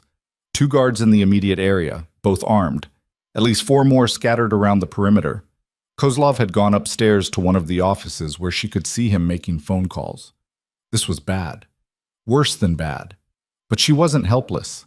Damien had taught her to think strategically, to look for weaknesses, and every situation had weaknesses. The guards were professional, but they were also bored. They kept glancing at their phones, checking the time. They didn't see her as a threat, just a scared girl tied to a chair. That was their first mistake. Time passed. Alara had no way to know how much. They'd taken her watch along with her phone. But eventually, she heard vehicles approaching outside. Multiple engines, doors slamming. The guards tensed, weapons raised. Then Damien's voice cut through the night, amplified somehow. A megaphone, maybe. Kozlov, I know you're in there. I know you have Alara, so let's talk about this like civilized men. Kozlov appeared at the railing of the upper office, looking down at Alara with amusement. Right on schedule, he called down. Then, louder, toward the door. Come in, Damien, but leave your men outside, just you, or the girl dies. Silence. Then the warehouse door opened and Damien walked in alone. Alara's heart lurched. He looked like he'd been through hell. His shirt was torn. There was blood on his sleeve. His face was a mask of controlled fury. But his eyes found hers immediately, and she saw the fear in them. The raw, desperate fear of a man who'd realized too late what he stood to lose. I'm here, Damien said, his voice echoing in the empty space. Let her go. Not quite yet. Kozlov descended the stairs slowly, savoring the moment. First, we negotiate. There's nothing to negotiate. You want me, you have me. She walks out of here untouched. See, that's where you're wrong. Kozlov stopped a few feet from Damien. I don't want you dead. I want you broken. I want you to know what it feels like to lose everything that matters. He pulled a gun from his jacket and pointed it at Alara. Everything happened at once. Damien moved with deadly speed, but Kozlov was already stepping back, the gun steady on Alara. Damien froze, his hands raised. That's better, Kozlov said. Now here's how this works. You're going to call off your men. You're going to transfer ownership of your eastern territories to me. And you're going to do it right now, or I put a bullet in her head. Damien's eyes met Alara's. She could see him calculating, weighing options, looking for a way out that didn't end with her dead. But Alara had been doing calculations of her own. She'd noticed that the guard to her right kept checking his phone. that the zip ties had a weak point where they'd been double looped, that Kozlov was standing just close enough to Damien to make a move risky but possible, and she'd noticed something else, something crucial. There was a metal support beam directly behind Kozlov, and the upper office had a railing that overlooked this exact spot. She caught Damien's eye and looked up just for a second, hoping he'd understand. His gaze flicked to where she'd looked, then back to her. The tiniest nod. He understood. "All right," Damien said to Kozlov, his voice defeated. "You win. Just don't hurt her." Kozlov smiled, victorious. "Smart man. Now make the call." Damien's phone hit the ground with a crash. As Kozlov's attention flickered down for just a split second, Damien moved. He wasn't going for Kozlov. He was going for the guard to Alara's left, the one closest to the support beam. The collision sent both men crashing into the metal post with enough force to shake the structure. Above, the weakened railing groaned. Alara threw her weight backward, tipping the chair and rolling. The zip ties caught on the chair leg, and she felt them snap. The guard to her right was reaching for his weapon when Damien's men burst through the doors. They'd been waiting for the signal. The warehouse erupted in gunfire. Alara scrambled behind a concrete pillar as bullets tore through the air. She could see Damien fighting hand-to-hand with two of Kozlov's guards, moving with brutal efficiency. Marco appeared, his shoulder bandaged, but his aim steady, providing cover fire. Kozlov was retreating toward the back of the warehouse, shouting orders in Russian. Alara made a decision. She ran, not away from the danger, but toward it, toward Kozlov, because if he escaped now, this would never end. He'd keep coming, keep using her as leverage, keep trying to destroy Damien, and she was done being leverage. Kozlov heard her coming and turned, raising his weapon, but Alara had learned from the best. She dropped low, using the concrete pillar for cover, then came around the other side. Her hand closed on a piece of metal debris from the floor, heavy, solid. She swung it with everything she had. It connected with Kozlov's wrist, and the gun went flying. He lunged at her, but she was already moving, years of survival instinct taking over. She kicked his knee, heard something crunch, and he went down hard. Then Damien was there, pulling her back, putting himself between her and Kozlov. "It's over," Damien said, his weapon trained on the older man. "Your operations are burned. Your political connections are exposed. Your men are dead or running. You have nothing left." Kozlov laughed, even bleeding on the floor. "You think this ends with me? There will always be someone else, someone waiting for you to show weakness again." "Maybe," Damien agreed, "but they'll remember what happened to the last man who came for what's mine." The warehouse had gone quiet. All of Kozlov's men were down or had fled. Damien's team was securing the perimeter. "Marco," Damien called, not taking his eyes off Kozlov.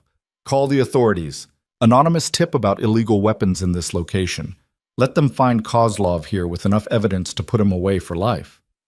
"You're not going to kill me?" Kozlov asked, surprised. "No. I'm going to let you rot in a cell, watching everything you built get divided up among your enemies. Death would be a mercy. You don't deserve mercy."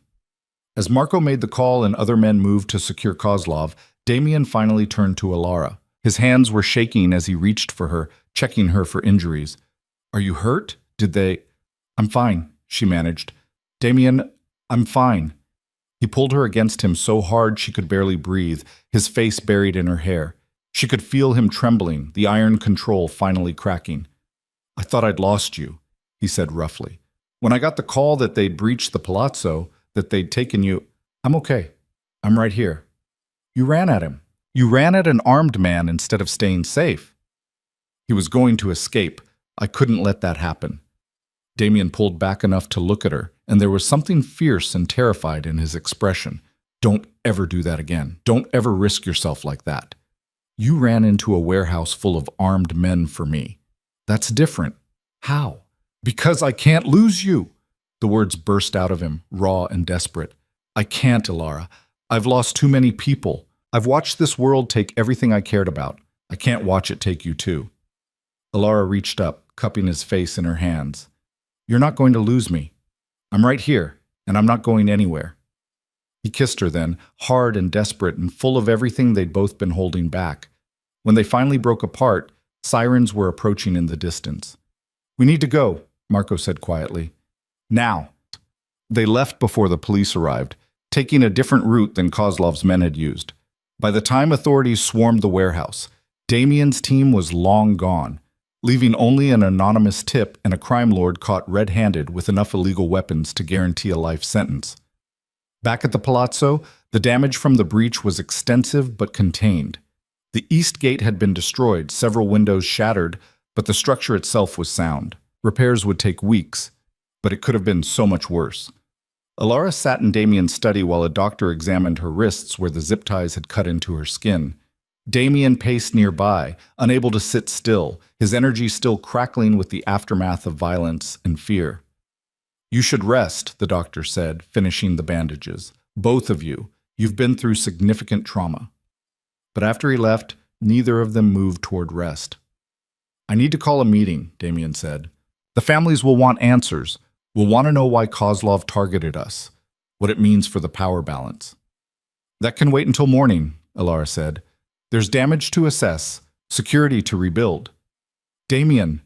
She stood and crossed to him, taking his hands in hers. They were still shaking slightly. "It can wait. Just for tonight. It can wait." He looked at her, and she saw exhaustion in every line of his face, the weight of leadership, of responsibility, of almost losing someone he loved. "I don't know how to do this," he admitted quietly. "How to be what I am, and also care about someone the way I care about you. Every tactical decision becomes complicated because I'm thinking about how it affects you. Every risk I take, I'm calculating what it means for your safety. It's making me weak." "No," Alara said firmly. "It's making you human. There's a difference. In my world, human gets you killed. Maybe. Or maybe having something to fight for makes you stronger." She squeezed his hands. "You came for me tonight. You walked into that warehouse knowing it was a trap, knowing you might not walk out. That's not weakness. That's the strongest thing I've ever seen." Damien pulled her close, his arms wrapping around her like he could keep her safe through sheer force of will. "When I saw you tied to that chair with Kozlov's gun pointed at you, I knew I would burn the entire city down if it meant keeping you safe. And that terrifies me. Because that kind of emotion, that kind of attachment, it's dangerous for both of us." "Then let it be dangerous," Alara said into his chest. "I'm tired of safe. Safe got my family killed. Safe meant hiding in a gilded cage. I'd rather be dangerous with you than safe without you." He tilted her face up to his, and she saw something in his eyes she'd never seen before. Not just desire or possession, or even affection.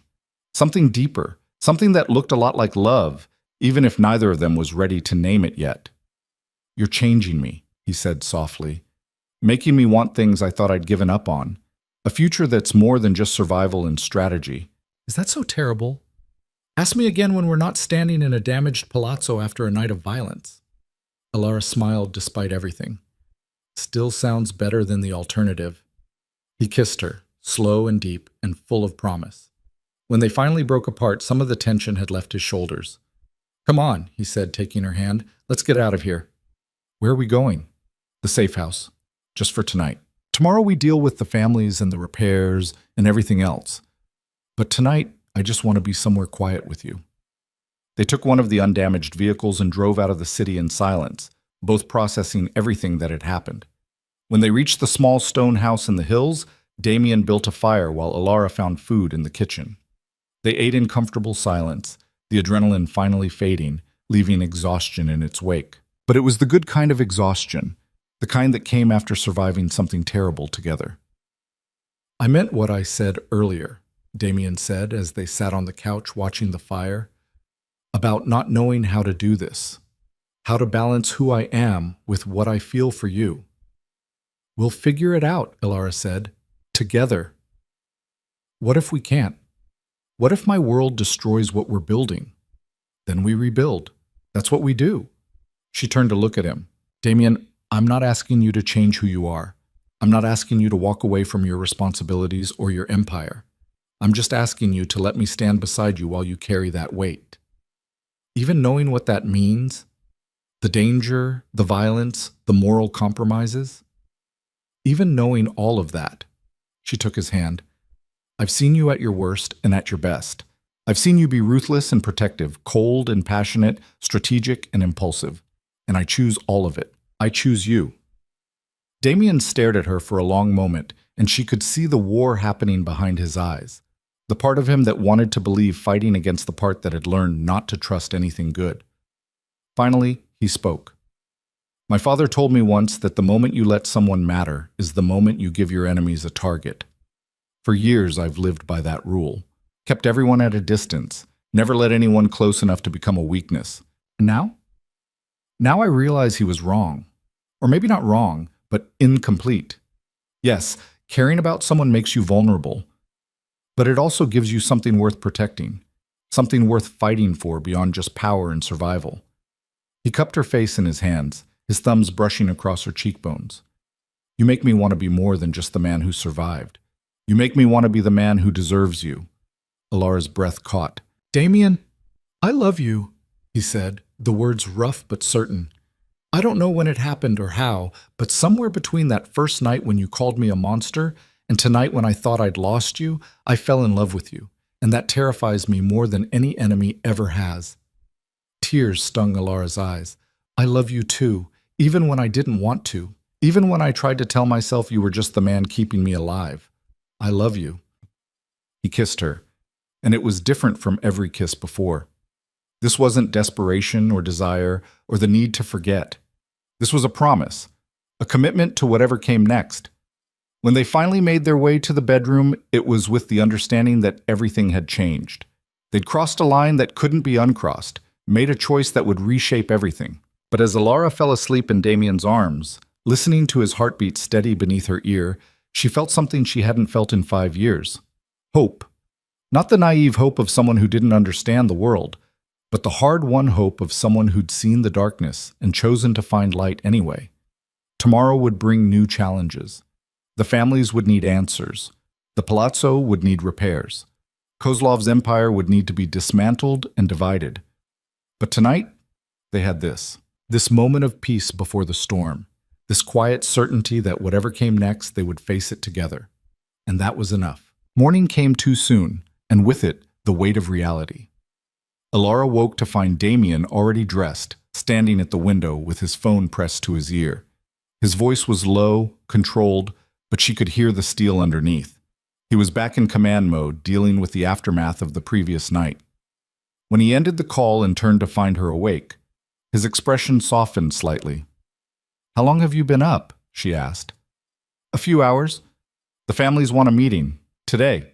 They're concerned about the instability Kozlov's arrest will cause. He sat on the edge of the bed. They want to know if we're strong enough to maintain control. Are we? We will be. But it's going to require careful positioning. He reached for her hand. And it's going to require you. Alara sat up, suddenly alert. What do you mean? The families respect power, but they also respect legitimacy. You're the last of the Voss bloodline, a family that was once neutral ground between all the major players. Your grandfather's name still carries weight. He paused, choosing his words carefully. If you stand with me at this meeting, if you publicly align yourself with my family, it sends a message. That this isn't just about me consolidating power. It's about honoring old alliances and building new ones. Understanding dawned. You want to use my family name to legitimize your position. I want to show them that we're united, that attacking me means attacking the Voss legacy. It's protection for both of us. Alara considered this carefully. Her family name had been a death sentence for so long, she'd almost forgotten it could be anything else. But Damien was right. In this world, legacy mattered. Blood mattered. What would I have to do? Stand beside me. Let them see that you're not a prisoner or a pawn, but a partner. Someone with her own power who's chosen to align with mine. His eyes searched hers. But I need you to understand what you'd be choosing. This isn't just symbolic. Once you stand with me in front of the families, you become a legitimate target. Not just leverage, but a player in your own right. I'm already a target. Last night proved that. This is different. This is you stepping into the light permanently. No more hiding behind my protection. You'd be declaring yourself part of this world. Alara thought about the girl she'd been 5 years ago, quiet, idealistic. believing that understanding could solve any conflict. That girl had died along with her family. The woman she'd become had learned that sometimes survival required more than hope. It required power. "I'll do it," she said, "but on one condition." "What?" "After this meeting, after we've secured your position and dealt with the families, I want the truth. All of it. I want to know exactly what happened to my family. Not the sanitized version you gave me before, but everything. Names, dates, who gave the orders. I want to know who's responsible." Something flickered in Damien's expression. Pain, maybe. Or guilt. "Some of those people are still alive, still in power." "I know, and I need to know who they are." He was quiet for a long moment. "If I tell you, what will you do with that information?" "I don't know yet, but I deserve to know the truth about my own family." Damien nodded slowly. "All right. After the meeting, I'll tell you everything. I promise." They drove back to the city as the sun climbed higher, painting the sky in shades of gold and amber. The palazzo looked different in daylight, the damage more obvious but also somehow less catastrophic. Workers were already repairing the gate, and security had been tripled. Inside, Antonio and Marco were waiting with reports. The strikes on Kozlov's operations had been successful. His shipping business was in ruins, his distribution network disrupted, and his political allies were scrambling to distance themselves from the scandal. Kozlov himself was in custody, facing charges that would keep him locked up for decades. But the power vacuum he'd left behind was already causing problems. Smaller organizations were moving to claim pieces of his territory. Some of Damien's allies were making noises about renegotiating their agreements, and the families, the old bloodlines who'd controlled the city's underworld for generations, were watching carefully to see if Damien was strong enough to maintain order. "The meeting is set for 6 tonight," Antonio reported. "Russo family, DeLuca family, Chen family, and the Volkov brothers. They're bringing their top advisors." "Location?" Damien asked. "Neutral ground. The old Marconi restaurant downtown. It's been closed for renovations, so we'll have privacy." Damien nodded. "Security?" "Already arranged. Equal number of guards from each family. No weapons inside the meeting room itself." "Good. Make sure Elara has appropriate clothing delivered, something that projects power but not aggression." After Antonio left, Elara turned to Damien. "What should I expect from this meeting? Questions? Challenges? Tests to see if we're really united, or if you're just a convenient prop?" He moved closer. "Some of them will try to undermine you. Make you seem weak or naive. Don't let them. Show them the woman who ran at an armed man last night. Show them the intelligence analyst who found weaknesses no one else could see." "No pressure, then." His mouth quirked into an almost smile. "You've faced worse. These are just old men trying to protect power they're terrified of losing." The clothing arrived an hour later.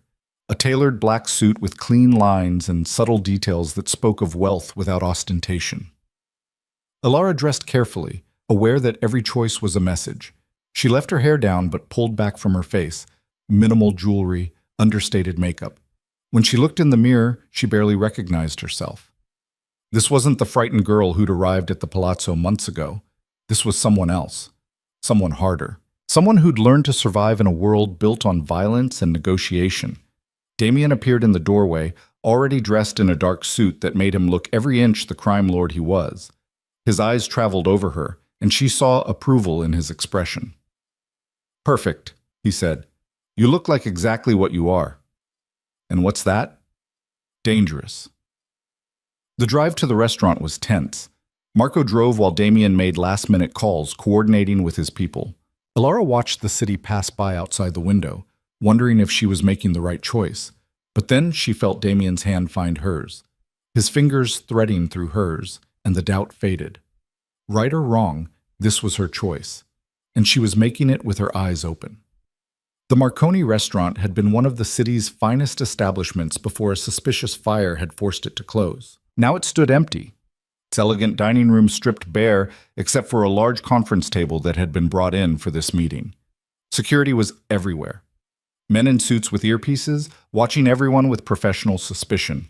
The families had already arrived, their cars lined up outside like a show of force.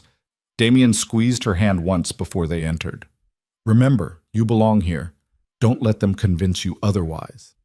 The conference room fell silent when they walked in. 5 families, the real power in the city, all represented.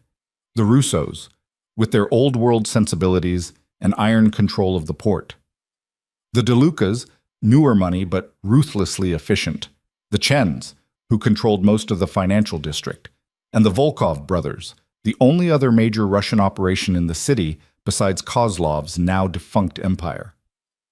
All of them turned to stare at Alara. Damien guided her to seats at one end of the table, positioning himself so that she sat at his right hand, the position of trust and power.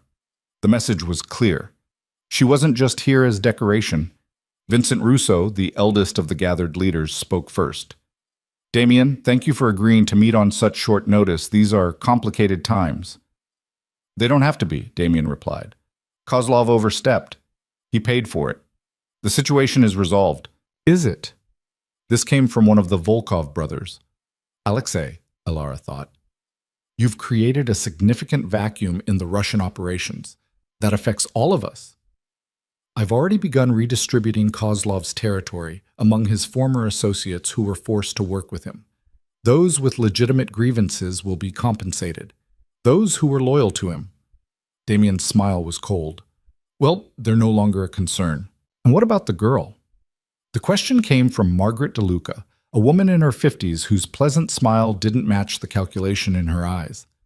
Forgive my bluntness, but she's been a point of contention. Some of us question why she's here at all.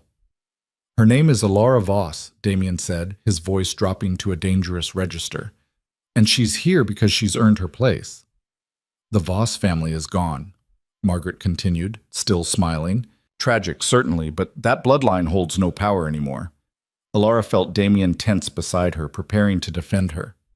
But she put a hand on his arm, a silent request to let her speak. You're right, Alara said, her voice clear and steady. My family is gone. Murdered systematically over a decade by people who saw my grandfather's neutrality as weakness. She met Margaret's eyes. But that bloodline, as you call it, is also the reason half the people at this table aren't at war with each other. My grandfather brokered the treaties that keep this city from tearing itself apart. His word was trusted by everyone because he had no stake in anyone's victory. She paused, letting that sink in. I'm not asking for power based on sentiment or legacy. I'm here because I've proven myself useful. I've identified weaknesses in operations, negotiated in 4 languages, and helped dismantle Kozlov's network from the inside. My value isn't symbolic, it's practical. Margaret's smile faltered slightly. Vincent Russo leaned forward with interest. A pretty speech, Alexei Volkov said, but words are easy. Actions matter. Then let's talk about actions, Alara replied. In the past month, I've translated negotiations that prevented 2 potential wars, identified the mole in Damien's organization, and provided the intelligence that allowed us to strike at Kozlov's operations with surgical precision. If you want to question my value, question those results. Chen Wei, who'd been silent until now, spoke up. His English was perfect, his tone measured. You speak Mandarin? Fluently, also Russian, French, Spanish, and Italian. Interesting. Chen steepled his fingers. We've been looking for someone to facilitate communications with our overseas partners, someone trustworthy and competent. Would you be interested in consultation work? The offer was a test, Alara realized. A way to see if she'd undercut Damien's authority by pursuing independent opportunities. I appreciate the offer, she said carefully, but my current obligations don't allow for outside work. If Damien decides that kind of consultation would be mutually beneficial, I'm sure he'll reach out to you directly. It was the right answer. She saw approval in several faces around the table. The meeting continued for another 2 hours. Discussions of territory, operations, treaties. Alara contributed when appropriate, translating documents, offering insights on international operations. She could feel the dynamic shifting. The families were starting to see her not as Damien's weakness, but as an asset to the entire network. Finally, Vincent Russo stood. I think we've covered the essential points. Damien, you've handled the Kozlov situation with appropriate force. The redistribution plan seems fair. As long as you maintain order in the territories under your control, the Russo family has no objections. The other families nodded their agreement. though some more reluctantly than others. As people filed out, Margaret DeLuca stopped beside Alara. "You did well tonight, better than I expected." "Thank you." A word of advice, though. In this world, being valuable also makes you a target. Watch your back.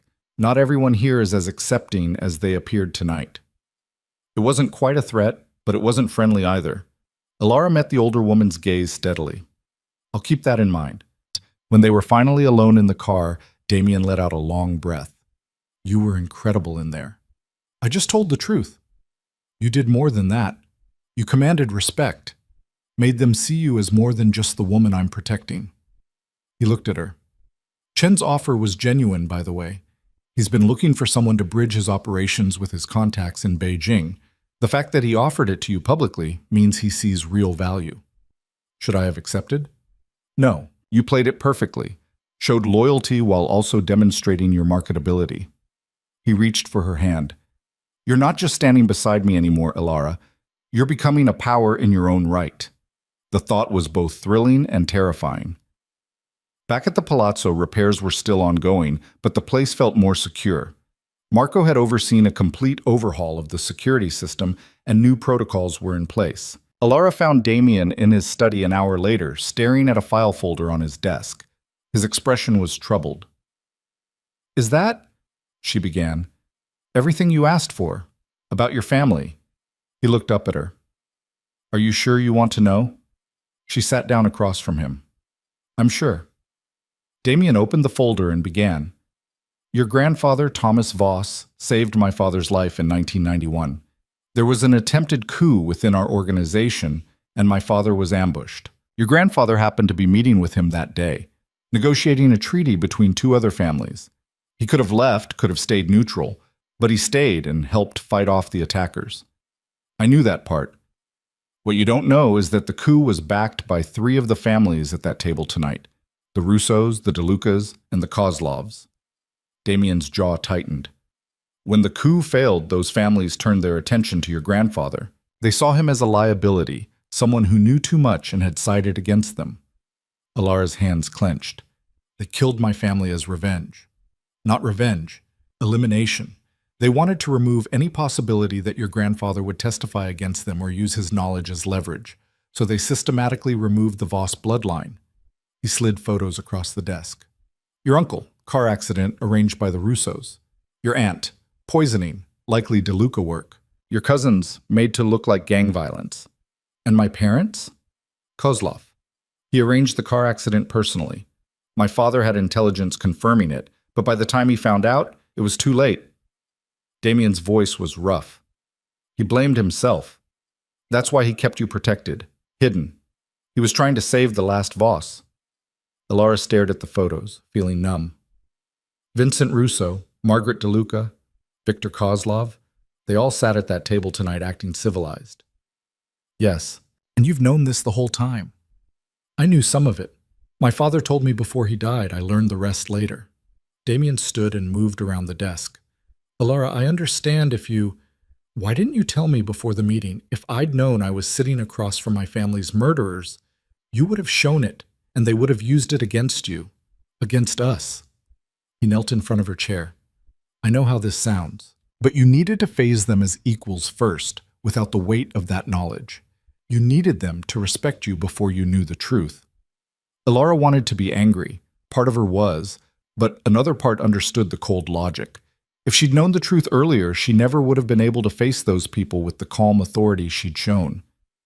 "Kozlov is in prison," she said slowly. "He's paying for what he did. But the others are still powerful, still untouchable for now." Damien's expression was grim. "I can't move against them without proof, and most of that proof died with my father.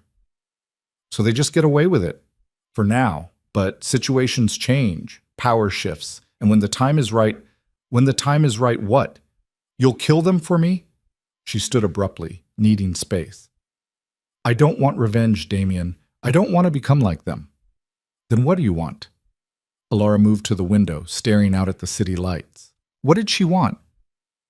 Justice seemed impossible in a world where the powerful made their own rules. Revenge would only continue the cycle of violence. I want to make sure no one else loses their family the way I did, she said finally. I want to use whatever power I have to protect people who can't protect themselves. To honor my grandfather's legacy of neutrality and mediation, not his decision to side with your father. She turned to face Damien. I want to build something better than what we inherited. Not perfect, not clean, but better. Damien stood and crossed to her, taking her hands. That's going to be a long fight, a hard one. These families have been operating the same way for generations. I know, but I have time. And I have you. She squeezed his hands. Unless you think I'm being naive again. No, I think you're being exactly who you've always been. Someone who believes in possibility, even when the world tries to crush it out of you. He pulled her close. And I think I love you even more for it. They stood there in silence, and Alara felt something shift inside her. The anger and grief over her family's deaths didn't disappear, but it transformed into something else. Purpose, maybe. Or determination. She would never be able to bring her family back, but she could make sure their deaths counted for something. Over the next 3 months, things began to change. Alara started small, identifying areas where Damien's operations were causing unnecessary harm. She convinced him to redirect protection money from struggling small businesses to those who could actually afford it. She negotiated better terms for workers in the shipping operations. She created mediation protocols for disputes that would have previously ended in violence. Some of Damien's lieutenants resisted, but after she prevented a war between two factions by finding a compromise that satisfied both parties, even the skeptics started to listen. Chen Wei took her up on her translation skills, paying well for her work facilitating communications between his organization and international partners. The money went into an account Alara was building, funds that could be used to help families displaced by underworld violence. Margaret DeLuca tried to test her twice, sending provocations designed to make Alara react emotionally. Both times, Alara responded with cool professionalism, turning the provocations into opportunities for productive dialogue. And slowly, imperceptibly, the balance of power began to shift. Damien's organization became known for efficiency and fairness, not weakness, but strategic strength. Other families started bringing their disputes to them for mediation, knowing that Alara could find solutions that worked for everyone. The Voss name, once synonymous with tragedy, became associated with something else: bridge building, problem solving. The kind of neutral authority her grandfather had once represented. One evening, 6 months after that first meeting with the families, Alara stood on the balcony of the renovated palazzo, watching the sunset paint the sky in shades of fire. Damien joined her, slipping an arm around her waist. Chen just called, he said. He wants us to mediate a dispute with the Volkov brothers over Eastern District territory. Us? Specifically you. He said you're the only person both parties trust to be fair. Alara leaned into him. 6 months ago, I couldn't even leave my room without guards. Now I'm mediating territorial disputes. Strange how things change. He pressed a kiss to her temple. Are you happy with all this? She considered the question carefully. Happy wasn't quite the right word. What she felt was more complicated. A mix of purpose and grief, hope and realism, love and wariness. I'm not happy, she said finally. But I'm not miserable either. I'm engaged. I'm building something, making a difference, even if it's small. She turned to look at him. What about you? I'm watching the woman I love transform an empire built on fear into something resembling civilization. So, yeah, I'd say I'm doing all right. His expression grew serious. Alara, there's something I need to ask you. What? He pulled a small box from his pocket and opened it. Inside was a ring, not ostentatious, but beautiful. A deep green emerald surrounded by diamonds. This isn't a cage, he said, and it's not ownership, it's a promise. A public declaration that we're partners in everything, your work, mine, the life we're building together. He took her hand. Marry me. Not because you owe me anything, or because it's strategic, but because you want to. Because you choose this future as much as I do. Alara's breath caught. She thought about the girl she'd been, the one who'd cursed him to his face and called him a monster, the one who'd been so certain that accepting his protection meant giving up her agency. And then she thought about the woman she'd become, the one who'd learned that power came in many forms, that survival sometimes required compromise, and that love could exist even in the darkest places. Yes, she said, not because I'm grateful, not because I need protection, but because I love you, because you saw me when I was invisible and believed I could be more than a debt or an obligation, because you make me want to build something better than what we inherited. Damien slipped the ring onto her finger, and then he kissed her, soft and deep and full of promise. When they finally broke apart, Alara looked at the ring catching the last light of sunset. Green like hope, like new growth, like the possibility of something better. We should tell the families, she said, before the rumors start. Let them rumor. We'll make it official when we're ready. He pulled her close again. Tonight, it's just us. They stood on the balcony as darkness fell, watching the city lights flicker to life below. Somewhere out there, people were making deals and breaking promises, fighting wars and forging alliances. The world they'd inherited wasn't perfect, wasn't clean, wasn't safe, but it was theirs, and they would shape it together. The wedding took place 3 months later in the palazzo's garden, rebuilt and more beautiful than before. It wasn't a large ceremony, just the families, key allies, and a few people who'd become genuine friends rather than just associates. Vincent Russo gave a surprisingly touching speech about honor and legacy. Chen Wei presented them with a scroll of blessing written in traditional Mandarin. Even Margaret DeLuca managed to seem genuinely happy for them, though Alara never forgot who the woman really was or what she'd done. Marco stood as Damien's best man, his shoulder fully healed, a broad smile on his usually serious face. Antonio gave Alara away, representing the organization that had become her strange, complicated family. When Damien slipped the wedding band onto her finger, joining the emerald engagement ring, Alara felt the weight of everything they were promising each other. Not just love, but partnership. Not just protection, but trust. Not just survival, but the possibility of something more. I love you, Damien whispered as they were pronounced married. My partner, my equal, my choice. I love you too, Alara whispered back. My monster, my protector, my home. The celebration lasted well into the night, food and music and the kind of joy that came from knowing you'd survived something terrible together.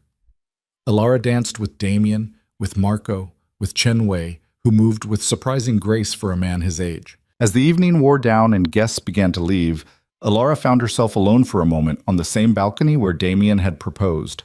She thought about her family, her grandfather who'd saved a life and doomed his bloodline, her parents who'd died never knowing why, all the cousins and aunts and uncles she'd lost. She wished they could see her now, could know that their deaths hadn't been meaningless, that she was using the legacy they'd left her to build something better. They'd be proud of you. She turned to find Damien standing in the doorway. You think so? I know so. Your grandfather dedicated his life to bringing peace to warring factions. You're doing the same thing, just with better tools and more authority. He joined her at the railing. You've changed everything, Alara. Not just for me, but for this entire city. People talk about the Voss legacy now with respect instead of pity. We changed it together. Maybe. But you were the catalyst. He pulled her close. Ready to start our life together? Really start it? Alara looked out at the city one last time. The lights and shadows, the beauty and darkness, the endless complexity of a world that had tried to destroy her and instead made her stronger. Yes, she said. I'm ready. They walked back into the palazzo together, leaving the balcony and the ghosts of the past behind. Tomorrow would bring new challenges, new conflicts, new opportunities to shape the world they'd inherited. But tonight was theirs, a celebration of survival, of choice, of two people who'd found each other in the darkness and decided to build a light together. Alara Voss had come to the palazzo as a debt being repaid, a girl living on borrowed protection with no power and no future. She was leaving her wedding as Alara Varelli, a woman with her own authority, her own voice, her own role in the complex web of alliances and power that governed the city. She hadn't saved Damien, and he hadn't saved her. But they had refused to fall alone, and in a world built on violence and fear, that refusal had become something rare and precious. It had become love. It had become partnership. It had become home. The last guest finally left as dawn began to break. Damien and Alara stood in the entrance hall of the palazzo, alone at last. "Tired?" he asked. "Exhausted." "Good celebration, then." "The best." She looked around the grand hall, the place that had once felt like a beautiful prison and now felt like the foundation of something she'd helped build. "Thank you, Damien, for seeing me when no one else did, for believing I could be more than what circumstances made me. Thank you for proving me right, and for making me want to be better than I was." He took her hand. "Come on, Mrs. Varelli. Let's get some sleep. We have a whole future to build tomorrow." They climbed the stairs together, and Alara felt a contentment she'd never expected to find. Not happiness. The world they lived in was too complicated for simple happiness, but something deeper: satisfaction, purpose. The knowledge that she'd taken the broken pieces of her life and built something meaningful from them. As she fell asleep in Damien's arms, the first light of morning streaming through the windows, Alara thought about the journey that had brought her here. From tragedy to captivity to partnership to love. From invisible to indispensable. From victim to survivor to someone with her own power. The world outside would keep turning. Violence and negotiation, power and compromise. The endless dance of people trying to survive and thrive in a city that offered no guarantees. But inside this palazzo, in this room, in this moment, Alara had found something she'd thought was lost forever. She'd found a future worth fighting for, and a partner worth building it with. The story of Alara Voss and Damien Varelli didn't end with a wedding or a triumph over enemies or a dramatic transformation of the criminal underworld. It continued in the small moments, the daily work of building trust, negotiating peace, loving someone despite their flaws, and choosing hope even when the world offered every reason for despair. It continued in a palazzo rebuilt from damage, in treaties negotiated at midnight, in a woman who'd learned that power came not from hiding from the world, but from engaging with it honestly and fully.